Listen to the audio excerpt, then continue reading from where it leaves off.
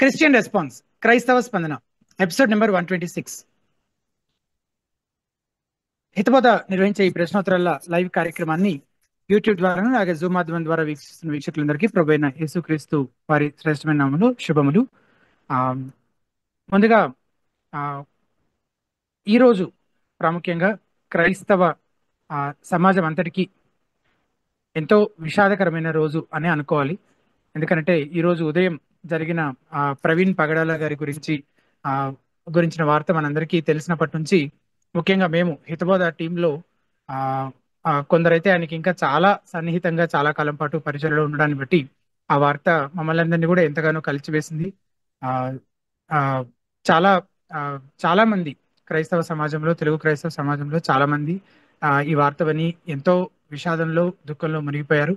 ఆ ప్రవీణ్ పగడాలన్న వారి కుటుంబం గురించి ప్రార్థన చేద్దాము. అలాగే వారి రేపు ఉదయం జరగవలసిన కార్యక్రమాల విషయం కూడా ప్రార్థన చేసి, అలాగే ఈ రోజు కార్యక్రమం గురించి ప్రభు సహాయం కోరుకుంటూ ప్రార్థనతో ప్రారంభించుకుందాం. దయచేసి వీక్షకులంతా నాతో పాటు ప్రార్థనలో ఏకీభవించాలని మనవి చేస్తున్నాను. పరిశుద్ధుర మహోన్నతుడ దయగల తండ్రి, కృపగల ప్రభువా, మరి ఈ రోజు ఉదయం మేము విన్నటువంటి వార్త ప్రవీణ్ పగడాల గారి గురించి జరిగిన సంఘటన, వారు ఇక లేరు అన్న విషయాన్ని మేము విన్నప్పుడు ప్రభువా, మరి అది మమ్మల్ని దేవప్రభు ఆయన చేసిన పరిచయ ద్వారా మేలు పొందిన ఇంకా అనేకులు తెలుగు క్రైస్తవ సహోదరులను అనేకుల్ని ప్రభు ఎంతగానో కలిసివేసింది. ఎంతో మంది చాలా విపరీతమైన దుఃఖ సంద్రంలో మునిగి ఇంకా ఈ విషయాన్ని నమ్మలేని స్థితిలో దేవప్రభు మరి వారు ఎంతో బాధకి ఎంతో ఆందోళనకి గురై ఉంటుండగా మరి వారందరినీ కూడా మీరు ఆదరించమని, మరి ముఖ్యంగా కుటుంబాన్ని, వారి పిల్లల్ని కూడా ప్రభు మీరు ఆదరించి బలపరచమని, మీ కృపచేత వారిని బలపరచమని ప్రార్థన చేస్తున్నాం. ఆ కుటుంబానికి అవసరమైన ఆదరణ, ధైర్యము, బలము మీరు అనుగ్రహించమని, అలాగే తండ్రి రేపు ఉదయం జరగవలసిన కార్యక్రమాల విషయంలో కూడా మీరే అన్ని విధాలా తోడుగా ఉండి సహాయం చేసి అంతా సజావుగా సక్రమంగా జరగడానికి కృప చూపిస్తూ రావాల్సిందిగా వేడుకుంటూ, అలాగే ఈ రోజుటి క్రైస్తవ స్పందన కార్యక్రమంలో కూడా ప్రభు మరి ఎటువంటి అంతరాయాలు లేకుండా ప్రశ్నలు అడగడానికి సిద్ధపడి జాయిన్ అవుతున్న మా ప్రియులు చక్కగా వారి ప్రశ్నలు అడగడానికి బీబు గారు వాక్యానుసారంగా స్పందించడానికి కూడా మీరు కృప చూపించి సహాయం చేస్తున్నామని మరొకసారి మీ సహాయం కొరకు, మీ కృప కొరకు వేడుకుంటూ యేసునామమున స్తుతించి ప్రార్థించి వేడుకుంటున్నాము తండ్రి, ఆమేన్. బీబు గారు గుడ్ ఈవినింగ్ కదా. Good evening brother. వీక్షకులందరికీ ప్రభువైన యేసుక్రీస్తు నామములో వందనాలు. ప్రతివారం లాగానే ఈ వారం కూడా కొన్ని క్విక్ ఇన్స్ట్రక్షన్స్ మనం ప్రారంభించుకుందాం. ముందుగా ప్రశ్న అడగాలనుకునేవారు ఏం చేయాలి? ప్రశ్న అడగాలనుకునేవారు ఒకవేళ మీరు ఈ కార్యక్రమాన్ని యూట్యూబ్ లైవ్ ద్వారా వీక్షిస్తున్నట్లయితే మీరు లైవ్ చాట్ లో మీ ప్రశ్న టైప్ చేసి పోస్ట్ చేసి ఉంచవచ్చు. మధ్య మధ్యలో మేము లైవ్ చాట్ ప్రశ్నలు తీసుకుంటూ ఉంటాం. చివరి అరగంట కేవలం లైవ్ చాట్ క్వశ్చన్స్ కోసం మాత్రమే కేటాయించి దాదాపుగా ప్రశ్నలన్నింటికి జవాబులు చెప్పే ప్రయత్నం చేస్తాం. ఒకవేళ లైవ్ చాట్ లో కాకుండా జూమ్ లో జాయిన్ అయ్యి నేరుగా బీబు గారిని మీ ప్రశ్న అడగాలనుకుంటే కనుక మీరు అదే లైవ్ చాట్ లో పిన్ చేసి ఉంచినటువంటి జూమ్ లింక్ ద్వారా జూమ్ లో జాయిన్ అయ్యి నేరుగా బీబు గారిని మీ ప్రశ్న అడగచ్చు. లేదా అసలు మాకు లైవ్ చాటే కనిపించట్లేదు అని మీరు అంటున్నట్లయితే అప్పుడు బహుశా మీరు మా హితబోధ యూట్యూబ్ ఛానల్ ని సబ్స్క్రైబ్ చేసుకుని ఉండకపోవచ్చు. సో యూట్యూబ్ లో హితబోధ అని టైప్ చేస్తే హితబోధ యూట్యూబ్ ఛానల్ కనిపిస్తుంది. దాన్ని సబ్స్క్రైబ్ చేసుకొని బెల్ ఐకాన్ ప్రెస్ చేయండి. అప్పుడు మీకు లైవ్ చాట్ కి యాక్సెస్ వస్తుంది. అందులో మీ క్వశ్చన్స్ టైప్ చేసి పోస్ట్ చేసి ఉంచవచ్చు. లేదా అందులో మేము పిన్ చేసి ఉంచిన జూమ్ లింక్ ద్వారా జూమ్ లో జాయిన్ అయ్యి నేరుగా బీబు గారిని మీ ప్రశ్న అడగచ్చు. ప్రశ్న అడిగే వాళ్ళు దయచేసి మీ ప్రశ్నలు క్లుప్తంగా, సూటిగా అడిగే ప్రయత్నం చేయండి. ఇంకా ఏమైనా వివరాలు కావాలంటే బీబు గారే అడిగి తెలుసుకుంటారు. మీ ప్రశ్న ఒకవేళ పూర్తి స్థాయిలో ఆన్సర్ చేయబడకపోతే అదే అంశానికి సంబంధించిన ఇంకొక ఫాలో అప్ ప్రశ్న అడగడానికి మీకు అవకాశం ఉంటుంది. పూర్తిగా వేరే అంశానికి సంబంధించిన ప్రశ్న అయితే చివరిలో సమయాన్ని బట్టి మీకు అవకాశం ఇవ్వడం జరుగుతుందని దయచేసి గమనించండి. అలాగే ఒక యూజర్ ఐడి నుంచి ఒక ప్రశ్న, ఒక జూమ్ పార్టిసిపెంట్ ఒక ప్రశ్న మాత్రమే ముందుగా అవకాశం ఇవ్వడం జరుగుతుంది. అండ్ ఏ క్రమంలో అయితే లైవ్ చాట్ లో క్వశ్చన్స్ పోస్ట్ చేస్తున్నారో, జూమ్ లో పార్టిసిపెంట్స్ జాయిన్ అవుతున్నారో అదే క్రమంలో మీ ప్రశ్న తీసుకోవడం లేదా మీకు ప్రశ్న అడిగే అవకాశం ఇవ్వడం జరుగుతుంది. సో మీ వంతు వచ్చేంత వరకు మీరు వేచి ఉండాలని మనవి చేస్తున్నాము. అండ్ జూమ్ పార్టిసిపెంట్స్ ముఖ్యంగా గమనించాల్సిన విషయము, మీరు ప్రశ్న అడగడము బీబు గారు జవాబు చెప్పడం పూర్తి అయిపోతే కనుక మీరు జూమ్ నుంచి లీవ్ అయిపోయి యూట్యూబ్ ద్వారా ఈ కార్యక్రమాన్ని వీక్షించాలని మనవి. మీరు జూమ్ లోనే ఉన్నారంటే ప్రశ్న అడగడం కోసమే ఉన్నారని మేము భావిస్తాం కనుక కన్ఫ్యూజన్ అవాయిడ్ చేయడం కోసం మీరు ఇతర మాతో సహకరించాలని మనవి చేస్తూ ఈ రోజు కార్యక్రమాన్ని మనం ప్రారంభించుకుందాం. ముందుగా బీబు గారు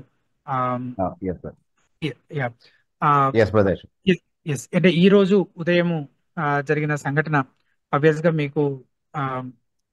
మీకు ఆయనకి ప్రవీణ్ పగడాల గారికి మీకు ఉన్నటువంటి ఆ సన్నిహిత సంబంధం, చాలా కాలం పాటు మీరు కలిసి పరిచయం చేశారు, చాలా కాలం పాటు కలిసి ఆ ప్రభునందు ముందుకు వెళ్ళడానికి దేవుడు కృప చూపించాడు. అండ్ ఉదయం ఆ వార్త విన్నప్పటి నుంచి మీకు కూడా చాలా మంది ఫోన్ కాల్స్ చేసి ఆ ఈ విషయం గురించి మీతో మాట్లాడుతూ వస్తున్నారు. అండ్ మన టీం అందరినీ కూడా ఎంతగానో డిస్టర్బ్ చేసిన విషయము. ఆ దీని గురించి మీరు మన హితబద్ధ వీక్షకులతో ఏమైనా పంచుకోవాలనుకుంటున్నారా ఈ విషయాన్ని గురించి? Yes, surely. యాక్చువల్లీ నాకు ఈ విషయం చాలా అంటే చాలా మందికి తెలిసిన తర్వాత కొంచెం లేట్గానే తెలిసిందని అనుకోవాలి. నేను ఆఫీస్కి వెళ్ళిన తర్వాత ఒక వ్యక్తి కాల్ చేసి ఇలా ఇలా వార్త వచ్చింది, మరి ఇది కరెక్టేనా అని సడన్ గా అడిగేశారనమాట.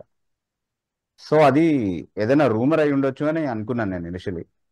So it was very difficult for me to even here such a thing యాక్చువల్గా. అది వినలేకపోయాను, అంగీకరించలేకపోయాను మనసులో. కాబట్టి చాలా టైం తీసుకున్నాను నేను దాన్ని నిర్ధారించుకోవడానికి.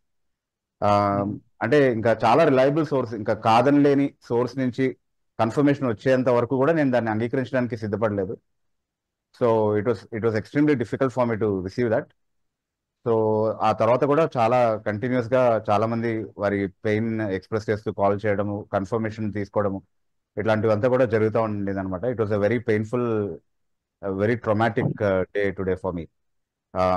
పర్టికులర్ గా అంటే మీరు అడిగారు పంచుకోవాల్సిన విషయాలని. అంటే సడన్ గా ఒక వ్యక్తి, ఎస్పెషలీ మనకి సన్నిహితంగా చాలా సన్నిహితంగా ఉన్నటువంటి వ్యక్తి నాకు ఒకప్పుడు, ప్రవీణ్ పగడాల గారు. లాస్ట్ 5 years నుంచి మేము కాంటాక్ట్ లో లేము, చాలా కారణాలని బట్టి అన్నది ఆ, చాలా మందికి విదితమే అయినప్పటికీ కూడా దాదాపుగా 10 సంవత్సరాలు, అంతకుముందు దాదాపుగా 10 సంవత్సరాలు మేము కలిసి పనిచేసాం.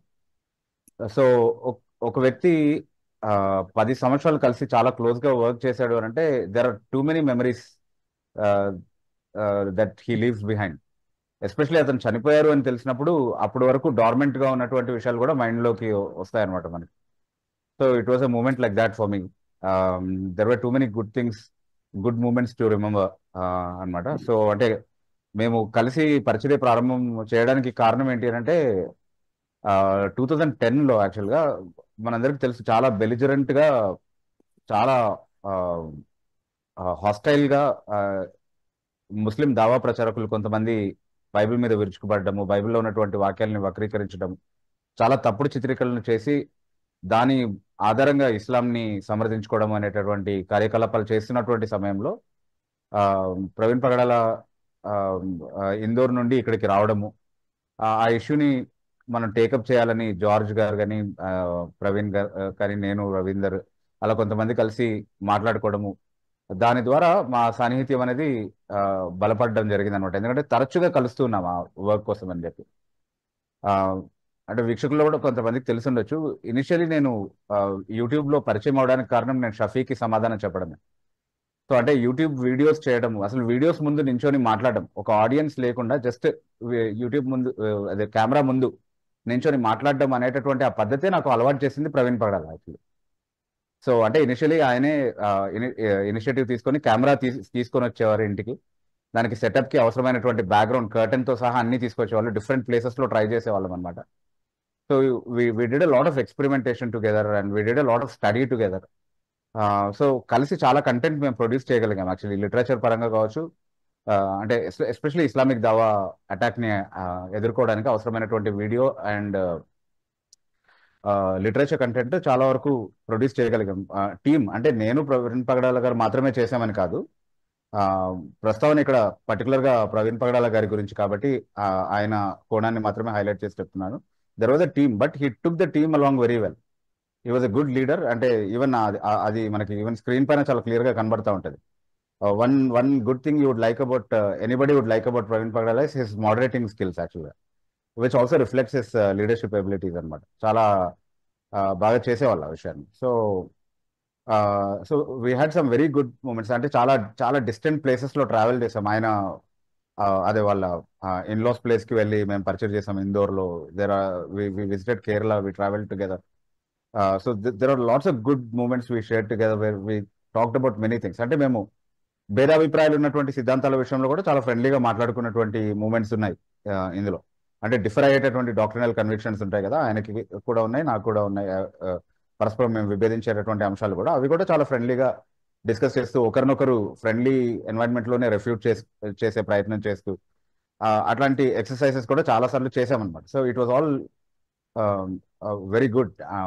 Okay, and yeah, there there there were certain issues that arose because of which we could not continue the same relationship. అంటే ఆయన లాస్ట్ 5 years లో నేను ఆయనతో కలిసి అదే ఇంటెన్సిటీతో కానీ లేకపోతే కలిసి కోఆపరేట్ చేస్తూ కానీ వర్క్ చేయలేకపోయాను. దానికి డాక్టర్నల్ రీజన్స్ ప్రిడామినెంట్లీ కారణం యాక్చువల్గా. బట్ అంతకుముందు మేము కలిసి చేసినటువంటి వర్క్స్ ఏవైతే ఉన్నాయో అవన్నీ కూడా చాలా బెనిఫిట్. రీసెంట్లీ కూడా ఒకళ్ళు నాకు కాల్ చేసి, అంటే ఇదంతా జరగకముందు రీసెంట్లీ ఒక 1 week బ్యాక్ ఒక సిస్టర్ కాల్ చేసి అసలు ఆ మూమెంట్స్ గురించి నేను ఆలోచించి చాలా బాధపడ్డాను. ఎందుకంటే మీరు ఇద్దరు కలిసి చాలా కంటెంట్ ప్రొడ్యూస్ చేశారు క్రిస్టియానిటీకి, మొత్తం క్రిస్టియన్డమ్కి ఉపయోగపడేటటువంటి దావా ప్రచారకులను ఎదుర్కోవడానికి అవసరమైనటువంటి కంటెంట్ చాలా ప్రొడ్యూస్ చేశారు, మీరు కలిసి చేయగలిగారు. The the later developments are really very unfortunate అనే కన్సర్న్ ఎక్స్ప్రెస్ చేయడం జరిగింది అనమాట. So I really miss those good moments where we could do something for the Christian community together, which were really meaningful works. అంటే చాలా అర్థవంతంగా క్రైస్తవ సమాజం కోసం కొంత వర్క్ మేము చేయగలిగాం కలిసి. And I had the privilege to work very close with Praveen గారు. సో అంటే ఈ మూమెంట్ ఆఫ్ బెరీవ్మెంట్లో డెఫినెట్లీ వాళ్ళ ఫ్యామిలీ కోసం మనం ప్రార్థన చేయాలి, చేసాం. ఇప్పుడు we should continue to pray for them. తన వైఫ్ కోసం, అట్లాగే 2 daughters ఉన్నారు తనకి, వాళ్ళ కోసం. అది మాత్రమే కాకుండా తన ఫ్యామిలీ మాత్రమే కాకుండా ఆయన చూసుకున్నటువంటి చాలా మంది ఆర్ఫన్స్ ఉన్నారు, ఆయన టేక్ కేర్ చేసినటువంటి చాలా మంది ఆర్ఫన్స్ ఉన్నారు. చాలా మంది పువర్ పీపుల్కి ఆయన హెల్ప్ చేశారు. ఈ రోజు కూడా చాలా మంది ముందుకు వచ్చి టెస్టిఫై చేయడం జరిగింది ఆ విషయానికి సంబంధించి. మనం ఉదయం నుంచి సోషల్ మీడియాలో ఫాలో అవుతా ఉన్నాము. సో అంటే వాళ్ళందరి ఆదరణ కోసం కూడా మనం ప్రార్థన చేయాలి. అండ్ రేపు ఉదయం జరిగేటటువంటి కార్యక్రమాల్లోని మీరు ప్రస్తావించడం జరిగింది యశ్వంత్ గారు. ఆ విషయంలో మనకి ఇంకా కన్ఫర్మేషన్ లేదు. నాకు లేటెస్ట్ దొరికిన ఇన్ఫర్మేషన్ బట్టి అది ఇంకా డిలే అవ్వచ్చు అనేలాగా అనిపించింది కొంచెం. So we don't know the time, so we're not confirming that. కానీ జరగబోయే కార్యక్రమాలు ఏవైతే ఉన్నాయో వాటన్నిటి గురించి కూడా ప్రార్థనలో జ్ఞాపకం చేసుకోండి. అయితే ఇందులో అంతట్లో కూడా చాలా విషాదకరమైనటువంటి ఇంకో విషయం ఏంటి అని అంటే, కొన్ని అనుమానాలు చాలా మంది వ్యక్తం చేస్తూ ఉన్నారు. అంటే ఇది ప్రాథమికంగా మనకు వచ్చిన రిపోర్ట్ ఏంటి అంటే అది ప్రమాదవశాత్తు జరిగినటువంటి ఒక సంఘటన అయి ఉండొచ్చు. ఇట్ వాస్ రోడ్ యాక్సిడెంట్ అనేది మనకి ప్రాథమికంగా వచ్చినటువంటి సమాచారం.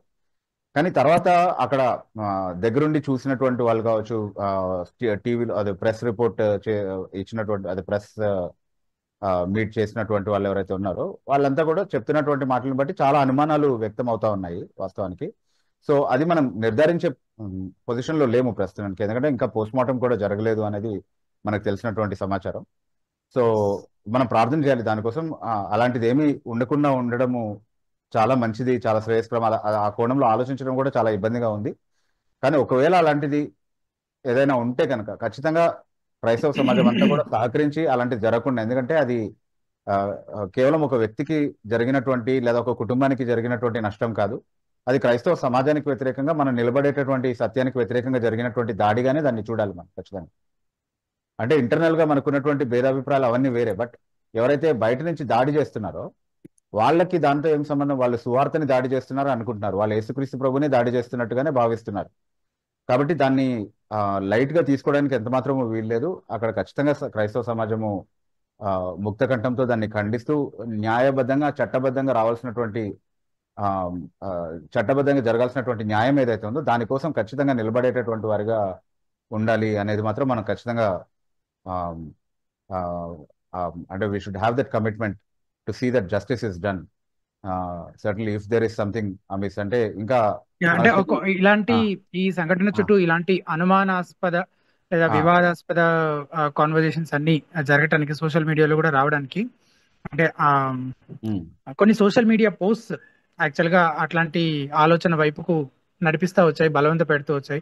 అందులో ఒక పోస్ట్ ప్రవీణ్ పగడాల గారి ఫేస్బుక్ పోస్టే ఒకటి, January 31st రోజు ఆయనే పోస్ట్ చేసిన ఒక పోస్ట్ ఉంది బిబు గారు. అది ఒకసారి నేను స్క్రీన్ పైన డిస్ప్లే చేసి నేను చదువుతాను.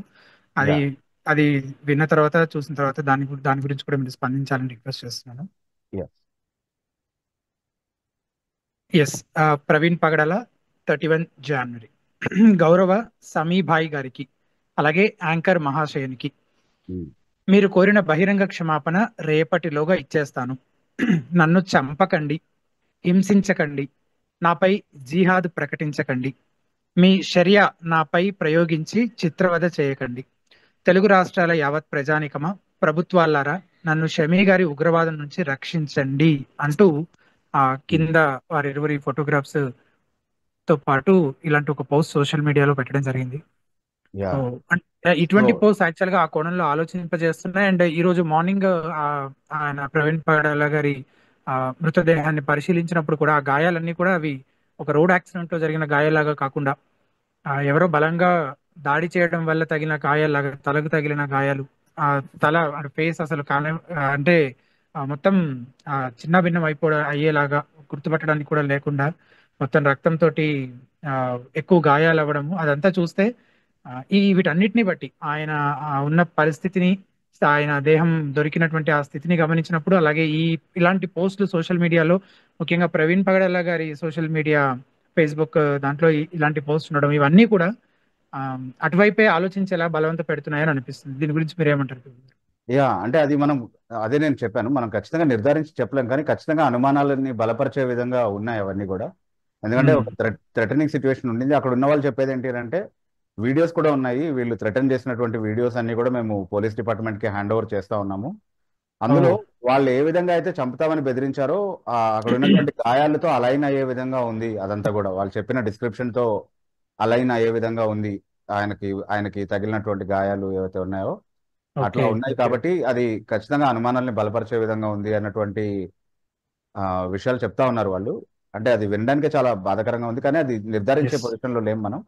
ఎస్ ఎస్ పోస్ట్ మార్టం అయ్యి అది అంటే నిర్ధారించాల్సినటువంటి అధికారులు నిర్ధారించేంత వరకు మనము చెప్పకూడదు. That will be two premature an hour part. కానీ ఎస్ మీరు ఎస్ చదివినటువంటి ఈ పోస్ట్ ఎవరినైతే ఉద్దేశించి ఆయన రాశారు, ఒక పేరు తీసుకొని ఆయన రాస్తా ఉన్నారు, షమీ బాయ్ అని చెప్పి. సో ఏ డైరెక్షన్ లో దర్యాప్తును కొనసాగించాలి అని ఇండికేట్ చేసే విధంగా కూడా ఉంది అది కొంతవరకు. ఎస్ అది అంటే అక్కడే ఖచ్చితంగా మనకి అన్ని అక్కడ నుంచే జరిగిందని చెప్పడానికి ఏమీ లేదు. ఎస్ ఆ, ఎస్ అంటే కానీ ఇలాంటి పోస్ట్ ఇంకా కొన్ని కూడా ఉన్నాయి వివు గారు. అంటే ఎస్, అది అది కూడా మీరు చూపించే ముందు నాకు అనిపించింది ఏంటి అంటే ఇప్పుడు ఇలాంటిది ఒకటి జరుగుతుంది కాబట్టి ఈ కాన్వర్జేషన్ సోషల్ మీడియాలో ఓపెన్ గా జరిగినటువంటిది.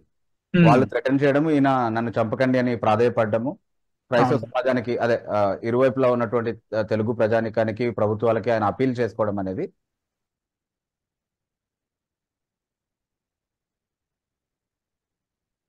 వివు గారు అడ్వాంటేజ్ చేసి. సారీ, మీ ఆడియో కొంచెం సేపు మ్యూట్ అయిందండి మధ్యలో. ఇప్పుడు వినిపిస్తుంది, కంటిన్యూ చేయండి. వినిపిస్తుంది కదా. ఆ, అంటే దాన్ని ఈ పరిస్థితిని ఎవరైనా అడ్వాంటేజ్ తీసుకుని, అంటే అనుమానాలు అటువైపే వెళ్లే విధంగా ఎవరి పేరైతే ఆయన ప్రస్తావించారో ఉమ్, వారి ఉమ్, వైపే వెళ్లే విధంగా ఈ పరిస్థితిని అవకాశంగా చేసుకొని కూడా చేస్తుండొచ్చు, వేరే వాళ్ళు కూడా ఎవరైనా చేస్తుండొచ్చు ఒకవేళ అలాంటిది ఏదైనా జరిగి ఉంటే. So we cannot yes really tell. అంటే అది ఓన్లీ ఇన్వెస్టిగేషన్ మాత్రమే బయటికి తీసుకురాగలిగేటటువంటి విషయం కాబట్టి మనం చెప్పలేం ఖచ్చితంగా. బట్ ఎస్ మీరు చెప్పినటువంటి ఇతర పోస్ట్స్ కూడా ఒకసారి చూపిస్తే ఎస్ కొంతవరకు. ఎస్ యా ఎస్ బిబు గారు, నేను అవి ఒకసారి చూపిస్తూ స్క్రీన్ పైన చూపిస్తూ నేను ఒకసారి చదివి వినిపిస్తాను బిబు గారు. యా యా ఫజ్లుర్ రెహమాన్ అనే ఐడి నుంచి పెట్టినటువంటి పోస్ట్. ఆయన ఖురాన్ 108వ సుర 3వ ఆయత్ని కోట్ చేస్తూ పోస్ట్ పెట్టారు అనమాట. ఓ ప్రవక్త, ముమ్మాటికి నీ శత్రువే నామరూపాలు లేకుండా పోయేవాడు అనే పోస్ట్ పెట్టడం జరిగింది ఆయన. అంటే ఈ ఇప్పుడు రోజు పెట్టిన పోస్ట్ ఇది. యా ఒకసారి నేను దానిపైన కామెంట్ చేస్తాను. ఎస్ అది ఎస్ అక్కడ ఎవరి పేరు ఆయన ప్రస్తావించలేదు, కానీ ఆ, దావా ప్రచారకుల్ని చాలా ధీటుగా ఎదుర్కొన్నటువంటి ఒక వ్యక్తిగా ప్రవీణ్ పగడాల గారు అందరికీ తెలుసు, ఇస్లాం సమాజానికి కూడా తెలుసు. వాస్తవానికి ఆయన చనిపోయినటువంటి ఒక సందర్భంలో, ఒక నేపథ్యంలో అలాంటి ఒక పోస్ట్ పెట్టడం అనేది సహజంగా ఆయన్ని ఉద్దేశించి పెడుతున్నారు అనే అనుమానాలకైతే ఖచ్చితంగా తావిస్తుంది. ఎస్ ఆయన కరెక్ట్. అట్లాగే చేశారని నేను చెప్పట్లేదు, కానీ రోజు అలాంటి పోస్ట్ పెట్టట్లేదేమో కదా ఆయన. ఈ రోజు పర్టికులర్ గా ఆ ఆయత్ పెట్టడానికి కారణం అంటే అవును. ప్రవక్తను ప్రశ్నించినటువంటి వారు రూపాలు లేకుండా పోతారు అనేటువంటి పోస్ట్ ఈ రోజు పెట్టడం అనేది చాలా అనుమానాస్పదంగా ఉంది వాస్తవానికి. ఎస్ ఎస్ సో ఇంకొందరు అయితే అయితే బిబు గారు చెప్పండి. You are saying something about the same post. లేదు లేదండి. ఓకే.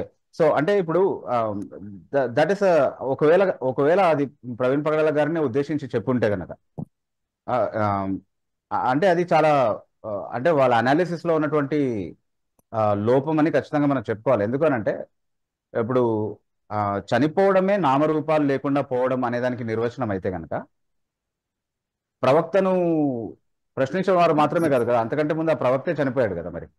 ఉమ్. సో ఆయనే నామరూపాలు లేకుండా పోయాడని అనుకోవచ్చా మనం? అంటే ప్రవక్తలు అంటే ఇప్పుడు బైబిల్లో ప్రస్తావించబడినటువంటి ప్రవక్తలు కూడా చనిపోయారు. ఒక ప్రవక్తనే ఉద్దేశించి అంటే వాళ్ళు నమ్మినటువంటి ప్రవక్తనే ఏదో అంటున్నామని అనుకోవడానికి కాదు, అంటే పాయింట్ ఇక్కడ కన్వే చేయడానికి, మతాల మధ్యలో ఎస్. చిచ్చు పెట్టడానికి కాదు నేను చెప్పేది. వాళ్ళు నమ్మే ప్రవక్త అని మాత్రమే కాదు, ఇప్పుడు బైబిల్లో కూడా చాలా మంది ప్రవక్తలు ఉన్నారు, చనిపోయారు కదా. అవును. అంటే ఇప్పుడు దేవుని ప్రవక్తల్ని తిట్టేవారి పైన శిక్ష వస్తుంది అనేది వాస్తవమే, అది దేవుడు ఏ విధంగా శిక్షిస్తాడనేది ఆయన ఉద్దేశం. కాకపోతే చనిపోవడమే ఆ శిక్ష అని నిర్వచించుకోవడం అయితే ఆ ప్రవక్తలు కూడా చనిపోయారు కదా మరి. ఆయన దాన్ని వాళ్ళు ఏమన్నా తిట్టడం నామరూపాలు లేకుండా పోవడం దాని అనే మాటని ఇక్కడ అప్లై చేయడం. రైట్. నామరూపాలు అంటే చచ్చిపోవడం అంటే ఇక నామరూపాలు లేకుండా పోవడమేనా? ఉమ్. అట్లాగే పోయారు అందరు కూడా, చనిపోయిన వాళ్ళందరూ కూడా. అట్లా కాదు కదా. సో అంటే ఇట్స్ వెరీ బ్యాడ్ అప్లికేషన్. అంటే ఇప్పుడు ఎవరైనా చనిపోతారు అన్నది సాధారణంగా అందరూ గుర్తించాల్సినటువంటి వాస్తవం. ఎస్. ఓకే, అంటే ఇప్పుడు ఒక మతానికి వ్యతిరేకంగా ఉన్న వాళ్ళు, అనుకూలంగా ఉన్న వాళ్ళు, ఆ మతంలో ఉన్న వాళ్ళు, దాని వెలుపల ఉన్న వాళ్ళు, ఏ మతంలో లేనటువంటి వాళ్ళు, నాస్తికులు అందరూ కూడా చనిపోతారు. నాస్తికులు, ఆస్తికులు, క్రైస్తవ వ్యతిరేకులు, క్రైస్తవ అనుకూలులు, క్రైస్తవంలో ఉండి క్రైస్తవాన్ని వ్యాపింపజేసేటటువంటి వాళ్ళు అందరూ చనిపోతారు, ఏ భేదం లేకుండా ఈ విషయంలో కదా. సో చనిపోవడమే నామరూపాలు లేకుండా పోవడం, లేకపోతే పలానా వాళ్ళు అన్నందుకే వీళ్ళు చనిపోయారు, ఇదే శాపం రావడం అనేది ఇది కేవలం ఫజలుర్ రహమాన్ లాంటి వాళ్ళు చేసే పొరపాటు మాత్రమే కాదు. అన్ని మతాల్లో ఉన్నటువంటి వాళ్ళు ఇలా మాట్లాడుతుంటారు. ఈవెన్ క్రిస్టియన్ బోధకులు కూడా అలా చేయడం నేను విన్నాను చాలాసార్లు. అంటే మాకు వ్యతిరేకంగా మాట్లాడిన నెల రోజుల లోపు చనిపోయాడు, అంటే నెల రోజులు టైం తీసుకున్నాడు దేవుడు నిన్ను అన్న తర్వాత. ఒక పెద్ద బోధకుడే ఉన్నాడు ఇక్కడ, క్రిస్టియన్ ప్రీచర్ కూడా. ఓకే, సో నన్ను వ్యతిరేకించిన నెల రోజుల లోపు అతను చనిపోయాడని చెప్పుకున్నాడు. ఓకే, సో అంటే ఇక్కడ అంటే ఇప్పుడు అది ప్రస్తావించి దాన్ని ఎక్స్పోజ్ చేసే సందర్భం కాదు కాబట్టి నేను డీటెయిల్స్ లోకి వెళ్ళట్లేదు. అంటే మరి మీరు పేరు ఎందుకు చెప్పలేదని కొంతమందికి అనుమానాలు వస్తాయి. కాబట్టి నేను చెప్తున్నా, అంటే this is not the occasion for that, but example గా తీసుకుంటున్నా. అందరిలో ఉన్నారు ఇట్లా సూపర్స్టిషియస్ గా ఆలోచించేటటువంటి వాళ్ళు. Okay, so that's not a big deal. Yes, Yashwant garu మీరు అంటే ఇంకా ఇంకొందరు నేరుగా ఆ, పేరు తీసుకొని కూడా చాలా బ్యాడ్ కామెంట్స్ చేసిన వాళ్ళు కూడా ఉన్నారు బిబు గారు. ఆ పోస్టులు కూడా నేను ఒకసారి చూపించి అవి కూడా చదువుతున్నాను. ఎస్. హైందవ శక్తి ప్రసాద్ అనే ఉమ్, ఐడి నుంచి పెట్టినటువంటి పోస్ట్. ఉమ్, బ్రతికి ఉన్నంత వరకు హిందూ ధర్మాన్ని విమర్శలు చేస్తూ ఉమ్, పైశాచిక ఆనందం పొందిన పాస్టర్ ప్రవీణ్ పగడాల దుర్మరణం. ఉమ్, రాజమండ్రి నుండి విజయవాడకు బుల్లెట్ బండిపై వస్తుండగా రోడ్డు ప్రక్కన చెత్తలో పడి ఉన్నాడు. ఇది ప్రమాదం కాదు, హిందువులు చేసిన కుట్ర అని కొందరి క్రైస్తవుల సందేహం. అతనిని ఉమ్, ఏదో చేసి జైలుకు పోయేంత పీకుడుగాడేమీ కాదు ఆ ఉమ్, పాస్టర్ అని ఆ పాస్టర్ అని హిందుత్వవాదుల అభిప్రాయం. ఏదేమైనా అతని సాంప్రదాయం ప్రకారం రెస్ట్ ఇన్ పీస్. యేసు రెండవ రాకడ వచ్చే వరకు ప్రశాంతంగా సమాధిలో ఉండగలరు. ఉమ్, 121 కీర్తన 8వ వచనం, ఇది మొదలుకొని నిరంతరం నీ రాకపోకలు ఎందు యెహోవా నిన్ను కాపాడునని ఉమ్. పగలబడుతూ నవ్వుతున్న ఒక 3 ఇమోజీస్ పెట్టారు. ఎస్, యెహోవా మమ్మల్ని కాపాడుతాడు అన్నటువంటి మాటకి అర్థం ఏంటో మాకు తెలుసు, వాళ్ళకి తెలియాల్సిన అవసరం లేదు. ఎందుకంటే వాళ్ళని కాపాడేవాడు ఎవడూ లేడు యాక్చువల్లీ. వాడు ఇవాళ బతుకున్నాడు అన్నంత మాత్రాన వాడు చాలా సురక్షితంగా ఉన్నాడు, వాడిని ఎవడో కాపాడుతున్నాడని కాదు దాని అర్థం. ఓకే, వాడు Yes. ఎవరినైతే అండగా చూసుకున్నాడో వాడు ఆత్మహత్య చేసుకొని చచ్చిపోయినటువంటి వాడు. కాబట్టి యెహోవా దేవుడిని వెటకరంగా నవ్వాల్సినటువంటి అవసరం లేదు వాడు. Okay, Yes. సో చిన్న తరణి బీజేపీ అనే ఐడి బట్ నుంచి కూడా. మీరు అది చదివే కంటే ముందు Yes. ఇక్కడ చాలా Yes. ఫన్నీగా అనిపించినటువంటి ఒక విషయం ఏంటంటే అది చదువుతున్నప్పుడు అంటే ఇప్పుడు బతుకున్న రోజులు పైశాచిక ఆనందం పొందాడు హైందవ గ్రంథాలని ఏదో చేసి అని చెప్పి. Hmm. హైందవ గ్రంథాలు ఏమైనా నిజంగా అతను అందులో లేనివి ఏమైనా చెప్పుంటే మీ బ్యాచ్ అంతా ఊరుకునేదా ఇప్పటి వరకు? కేసులు పెట్టి ఎప్పుడో ఆయన నామరూపాలు లేకుండా చేసి ఉండేవాళ్ళు కదా మీరు. లేనిదేమీ చెప్పలేదు అని చెప్పడానికి అదే నిదర్శనం first of all. Second thing, ఆ కారణాన్ని బట్టి ఒక్క కేసు కూడా మీరు వేరే వాళ్ళ మీద కొంతమంది మీద కేసెస్ బుక్ చేసి ఉండొచ్చు, కానీ అతని మీద ఒక్క కేసు కూడా ఇప్పటి వరకు బుక్ చేయలేకపోవడానికి కారణం ఏంటి?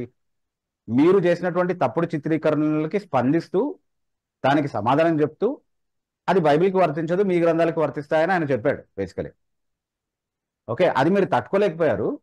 సో ఇప్పుడు మేము బతికుండగా ఏం పీకలేకపోయాం రా బాబు ఆయన్ని, ఇప్పుడు చచ్చిపోయాడు కాబట్టి సంబరాలు చేసుకుంటున్నామని ఇంకోలాగా చెప్పడం అనమాట ఇది. ఆయన్ని చంపి జైలుకి పోయేంత పీకుడుగాడేం కాదు ఆయన అని అని అంత కన్విక్షన్ అంత స్ట్రాంగ్ గా ఉన్న నువ్వు ఇట్లాంటి పోస్ట్ పెట్టాల్సినటువంటి అవసరం ఏమొచ్చింది నీకు?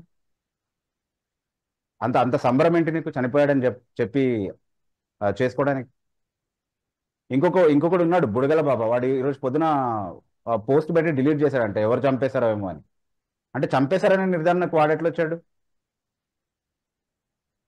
కాబట్టి అది అది అది కూడా స్క్రీన్ షాట్ వస్తుంది, దాని బేస్ పైన చర్యలు తీసుకుంటామని చెప్పారు మన వాళ్ళు. అది చాలా సంతోషం, ఖచ్చితంగా తీసుకోవాల్సిందే. రైట్. యా. ఇంకొకరి పోస్ట్ కూడా చూపించి చదువుతున్నాను బిబు గారు. యా. చిన్న తరణి బీజేపీ అనే ఐడి నుంచి పెట్టిన పోస్ట్ ఇది. నిత్యం హిందూ గ్రంథాలపై, దేవీ దేవతలపై విషం కక్కుతూ క్రైస్తవ సమాజంలో దేశద్రోహ విత్తనాలు నాటే పాస్టర్ ప్రవీణ్ పగడాల ఆకస్మిక మరణం. విజయవాడ రాజమండ్రి హైవేపై రోడ్ యాక్సిడెంట్ లో చనిపోయినట్లుగా ప్రాథమిక సమాచారం. బతికినన్నాళ్ళు అశాంతితో రగిలిపోయిన అతని ఆత్మకైనా శాంతి కలగాలని కోరుకుంటున్నాను. నెక్స్ట్ పాస్టర్ అజయ్ గాడు. ఓకే, సో ఇందులో కన్సర్నింగ్ అనిపించింది ఆ last bit, next pastor Ajay గాడు. అంటే ఏం అర్థం చేసుకోవాలి మేము దాంట్లో నుంచి? అంటే ఇందాక నేను చెప్పాను కదా, ఏ కోణంలో దర్యాప్తు చేయాలో ఇండికేటివ్ గా ఉన్నాయి ఇవన్నీ అని. అది నేను ఊరికనే షమీ గారిని మాత్రమే ఉద్దేశించి చెప్పినటువంటి మాట కాదు. ఈ కోణంలో కూడా దర్యాప్తు చేయాల్సి ఉంది. నెక్స్ట్ పాస్టర్ అజయ్ గాడు అంటే నీకు ఎట్లా తెలుసురా నెక్స్ట్ పాస్టర్ అజయ్ గాడు అని? అంటే ఇది నువ్వే చేయించావా? ఇది నువ్వే చేయించి నెక్స్ట్ నీ లిస్ట్ లో పాస్టర్ అజయ్ గాడు ఉన్నాడని చెప్తున్నావా? మతోన్మాది. వీళ్ళని నేను వేరే డిస్క్రిప్షన్స్ ఇస్తుంటే మన వాళ్ళకి కొంచెం బాధ కలుగుతుంది. ఇట్లాంటి వాళ్ళని సహించాలి మనం. మతోన్మాద యాదవులు. Okay, can we proceed? Yes Bibu garu. So ఈ రోజు ఈ కార్యక్రమంలో మనం వెళ్దాము. ప్రశ్నలు తీసుకుందాం బిబు గారు. ప్రవీణ్ బాబు అనే ఐడి నుంచి జాయిన్ అయినట్టుంటారు. మీరు అన్మ్యూట్ చేసుకొని మీ పేరు, మీ రోజు పరిచయం చేసుకొని మీ ప్రశ్న అడగచ్చు. హలో బ్రదర్, నా పేరు ప్రవీణ్ బ్రదర్, హైదరాబాద్ నుంచి మాట్లాడుతున్నాను. ఎస్ బ్రదర్, కొంచెం గట్టిగా మాట్లాడండి, volume. Yes brother, is it audible brother? Yes brother. Only దీని గురించి నా జపాన్ చెప్పడం చాలా బాధగా ఉంది. మీరందరూ ఎంతో సేవ చేశారు బ్రదర్, మీ ఆడియోలో సమ్ ఇష్యూ ఉంది, I'm unable to really get you. కొంచెం దగ్గరగా ఉండి మాట్లాడే ప్రయత్నం చేయండి. హలో. Yes brother.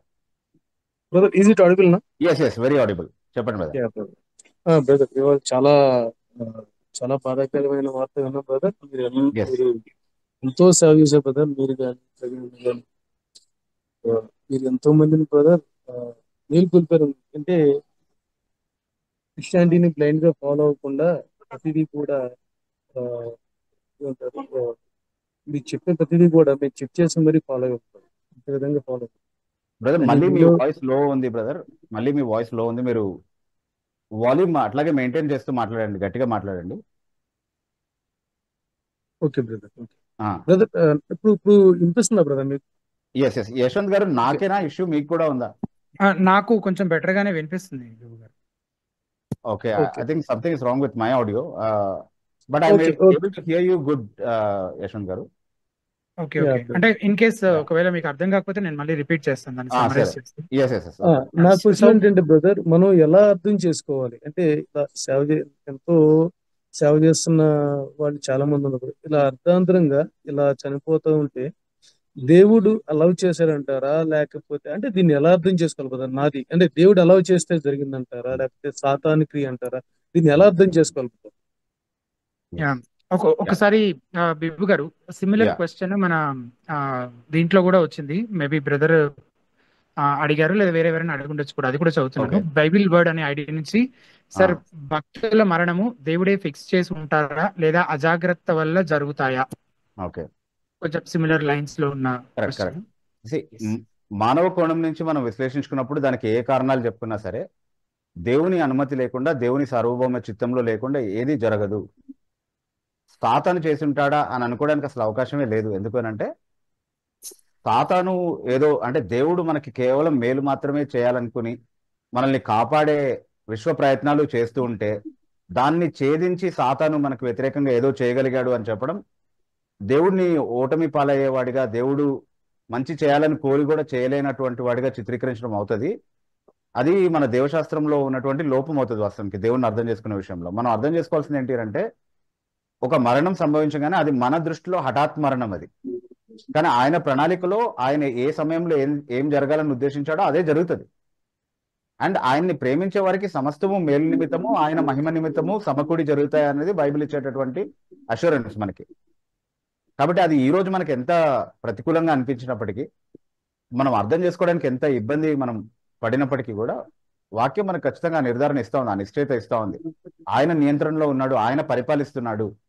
ఆయన అనుమతించకుండా మన తల వెంట్రుక కూడా ఒకటి కింద రాలడం అనేది సాధ్యం కాదు. సో అంత మైన్యూట్ గా మన గురించి శ్రద్ధ వహించేటటువంటి దేవుడు, తన విశ్వాన్ని గురించి అధికారము కలిగి ఉన్నటువంటి దేవుడు, ఆయన అనుమతి లేకుండా లేదా ఆయన నియంత్రణలో లేకుండా ఏదైనా ఆయన సృష్టిలో జరుగుతుంది అని చెప్పడం అనేది మాత్రం సరైనటువంటి ఆలోచన కాదు. సో దానికి అవకాశం ఏం లేదు. అంటే ఇప్పుడు సేవ పరిచర్య అనేది ప్రాథమికంగా ప్రభు చేతిలో ఉంది అనేది మనం గుర్తుంచుకోవాలి. ఒక వ్యక్తిని ఆయన వాడుకొని ఎంతకాలము ఏ స్థలాలలో ఏ సమయం నుండి ఏ సమయం వరకు ఎంత మేరకు ఏ ఉద్దేశాలు నెరవేర్చడానికి వాడుకోవాలి అన్నటువంటి ఒక నిర్దిష్టమైనటువంటి ప్రణాళిక ఆయనకు ఉంటుంది. అంత మేరకు వాడుకుంటాడు. ఆ తర్వాత అక్కడి నుంచి తొలగించడమో లేకపోతే ఈ లోకం నుండి తీసుకెళ్లడమో ఏదో ఒకటి ఆయన ప్రణాళికలో ఏది ఉందో అది చేస్తాడు ఆయన. అది జరిగిపోయినంత మాత్రాన ఇంకా పరిచర్య ఆగిపోయిందనో లేకపోతే పరిచర్యకి ఏదో ఆటంకం అయిపోయిందనో అలా మనం భయపడకూడదు. ఎందుకంటే సంఘ చరిత్ర అంతా కూడా దేవుడు చరిత్రలో మనతో వ్యవహరిస్తూ వచ్చినటువంటి ఆ సమయం నుండి కూడా రాయబడినటువంటి చరిత్రను మనం పరిశీలించినప్పుడు ప్రతి భక్తుడిని దేవుడు వాడుకోవాల్సిన రోజులు వాడుకున్నాడు. ఆ తర్వాత ఇంకొకరిని నిలబెట్టి తర్వాత తరంలో మళ్ళీ తన పరిచర్యను కొనసాగించినట్టుగా మనం చూస్తా ఉన్నాం. కాబట్టి ఒక వ్యక్తి రావడం వల్ల పరిచర్య ఎక్కువ కావడమో లేకపోతే ఒక వ్యక్తి పోవడం వల్ల పరిచర్య తక్కువ కావడమో అనేది ఎప్పుడు జరగదు బేసికలీ. కానీ ఆ వ్యక్తి మనకు కావాల్సినటువంటి వ్యక్తిగా ఉన్నాడు కాబట్టి మనకు ఉన్నటువంటి సాన్నిహిత్యాన్ని బట్టి మన భావోద్రేకాలని బట్టి మనము ఆ వ్యక్తి గురించి ఆలోచించడము బాధపడడం అనేది జరుగుతుంది. కానీ దేవుని కోణం నుంచి ఆలోచించినప్పుడు అలాంటిది ఏమీ ఉండదు అనేది మనం గుర్తుపెట్టుకోవాలి. ఓకే బ్రదర్, అర్థమైంది బ్రదర్.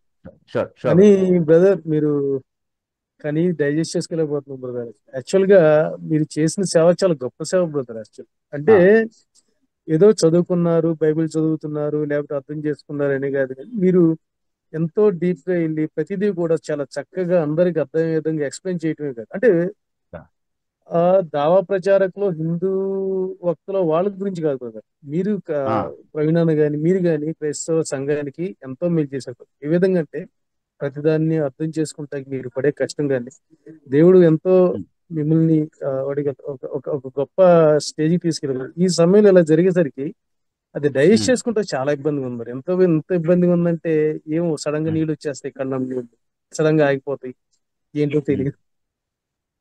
అంటే అందరి జీవితాలు అంతే అశాశ్వతమైనది, అంతే తాత్కాలికమైనది అనేది కూడా మనం నేర్చుకోవచ్చు బ్రదర్ ఇందులో నుండి. అంటే ఈ రోజు మనము ఆరోగ్యంగా ఉన్నాం కాబట్టి, ఈ రోజు సేఫ్ గా ఉన్నాం కాబట్టి రేపు కూడా అట్లాగే ఉంటామని అనుకోకూడదు ఎప్పుడు కూడా. రేపు మనది కాదన్నట్టుగానే ఈ రోజు చేయాల్సినటువంటి బాధ్యతల్ని మనకు దేవుడు ఇచ్చినటువంటి అవకాశాలని సద్వినియోగం చేసుకోవడం అనేది జరుగుతూ ఉండాలి మన జీవితంలో ఎప్పుడు కూడా. సో రేపు మనది కాదు, ఈ రోజు దేవుడు ఇచ్చినటువంటి అవకాశాన్ని ద బెస్ట్ వేలో మనం యూటిలైజ్ చేయడం అనేది ఖచ్చితంగా మనం నేర్చుకోవాలి. అదే ఆవిరి వంటిది, అల్పమైనది, నీటి బుడగ వంటిది, ఇట్లాంటి డిస్క్రిప్షన్స్ అన్ని కూడా బైబిల్ ఇస్తా ఉంది మానవ ఆయువు గురించి. అది ప్రతి మనిషికి వర్తించేటటువంటి description. The best every man in his best estate is altogether vanity అని చెప్తుంది బైబిల్. సో అత్యున్నతమైన స్థితిలో కూడా మనిషి కేవలం వ్యర్థుడు మాత్రమే అన్నటువంటి విషయాన్ని, అంటే we should always bear that in our minds so that we will have the right perspective about life. కాకపోతే డెఫినెట్లీ ఇలాంటి ఒక సంఘటన జరగడం అనేది మన కోణం నుంచి ఆలోచించినప్పుడు it is definitely very difficult thing. దాన్ని అంగీకరించుకోవాలి. Will keep praying brother. దేవుడు వీటన్నిటిని మనం పట్టుకొని అవసరమైన ఆదరణ మనతో పాటు ఈ బాధలో పాల్పొందుకుంటున్న వారందరికీ దేవుడు కృపను గురించి ప్రార్థించారు. Thank you brother, thank you so much. Thank you brother. తర్వాత నవీన్ కుమార్ అనే ఐడి నుంచి జాయిన్ అయినటువంటి వారు మీరు అన్మ్యూట్ చేసుకొని మీ పేరు ఊరు చెప్పి పరిచయం చేసుకొని మీ ప్రశ్న అడగచ్చు.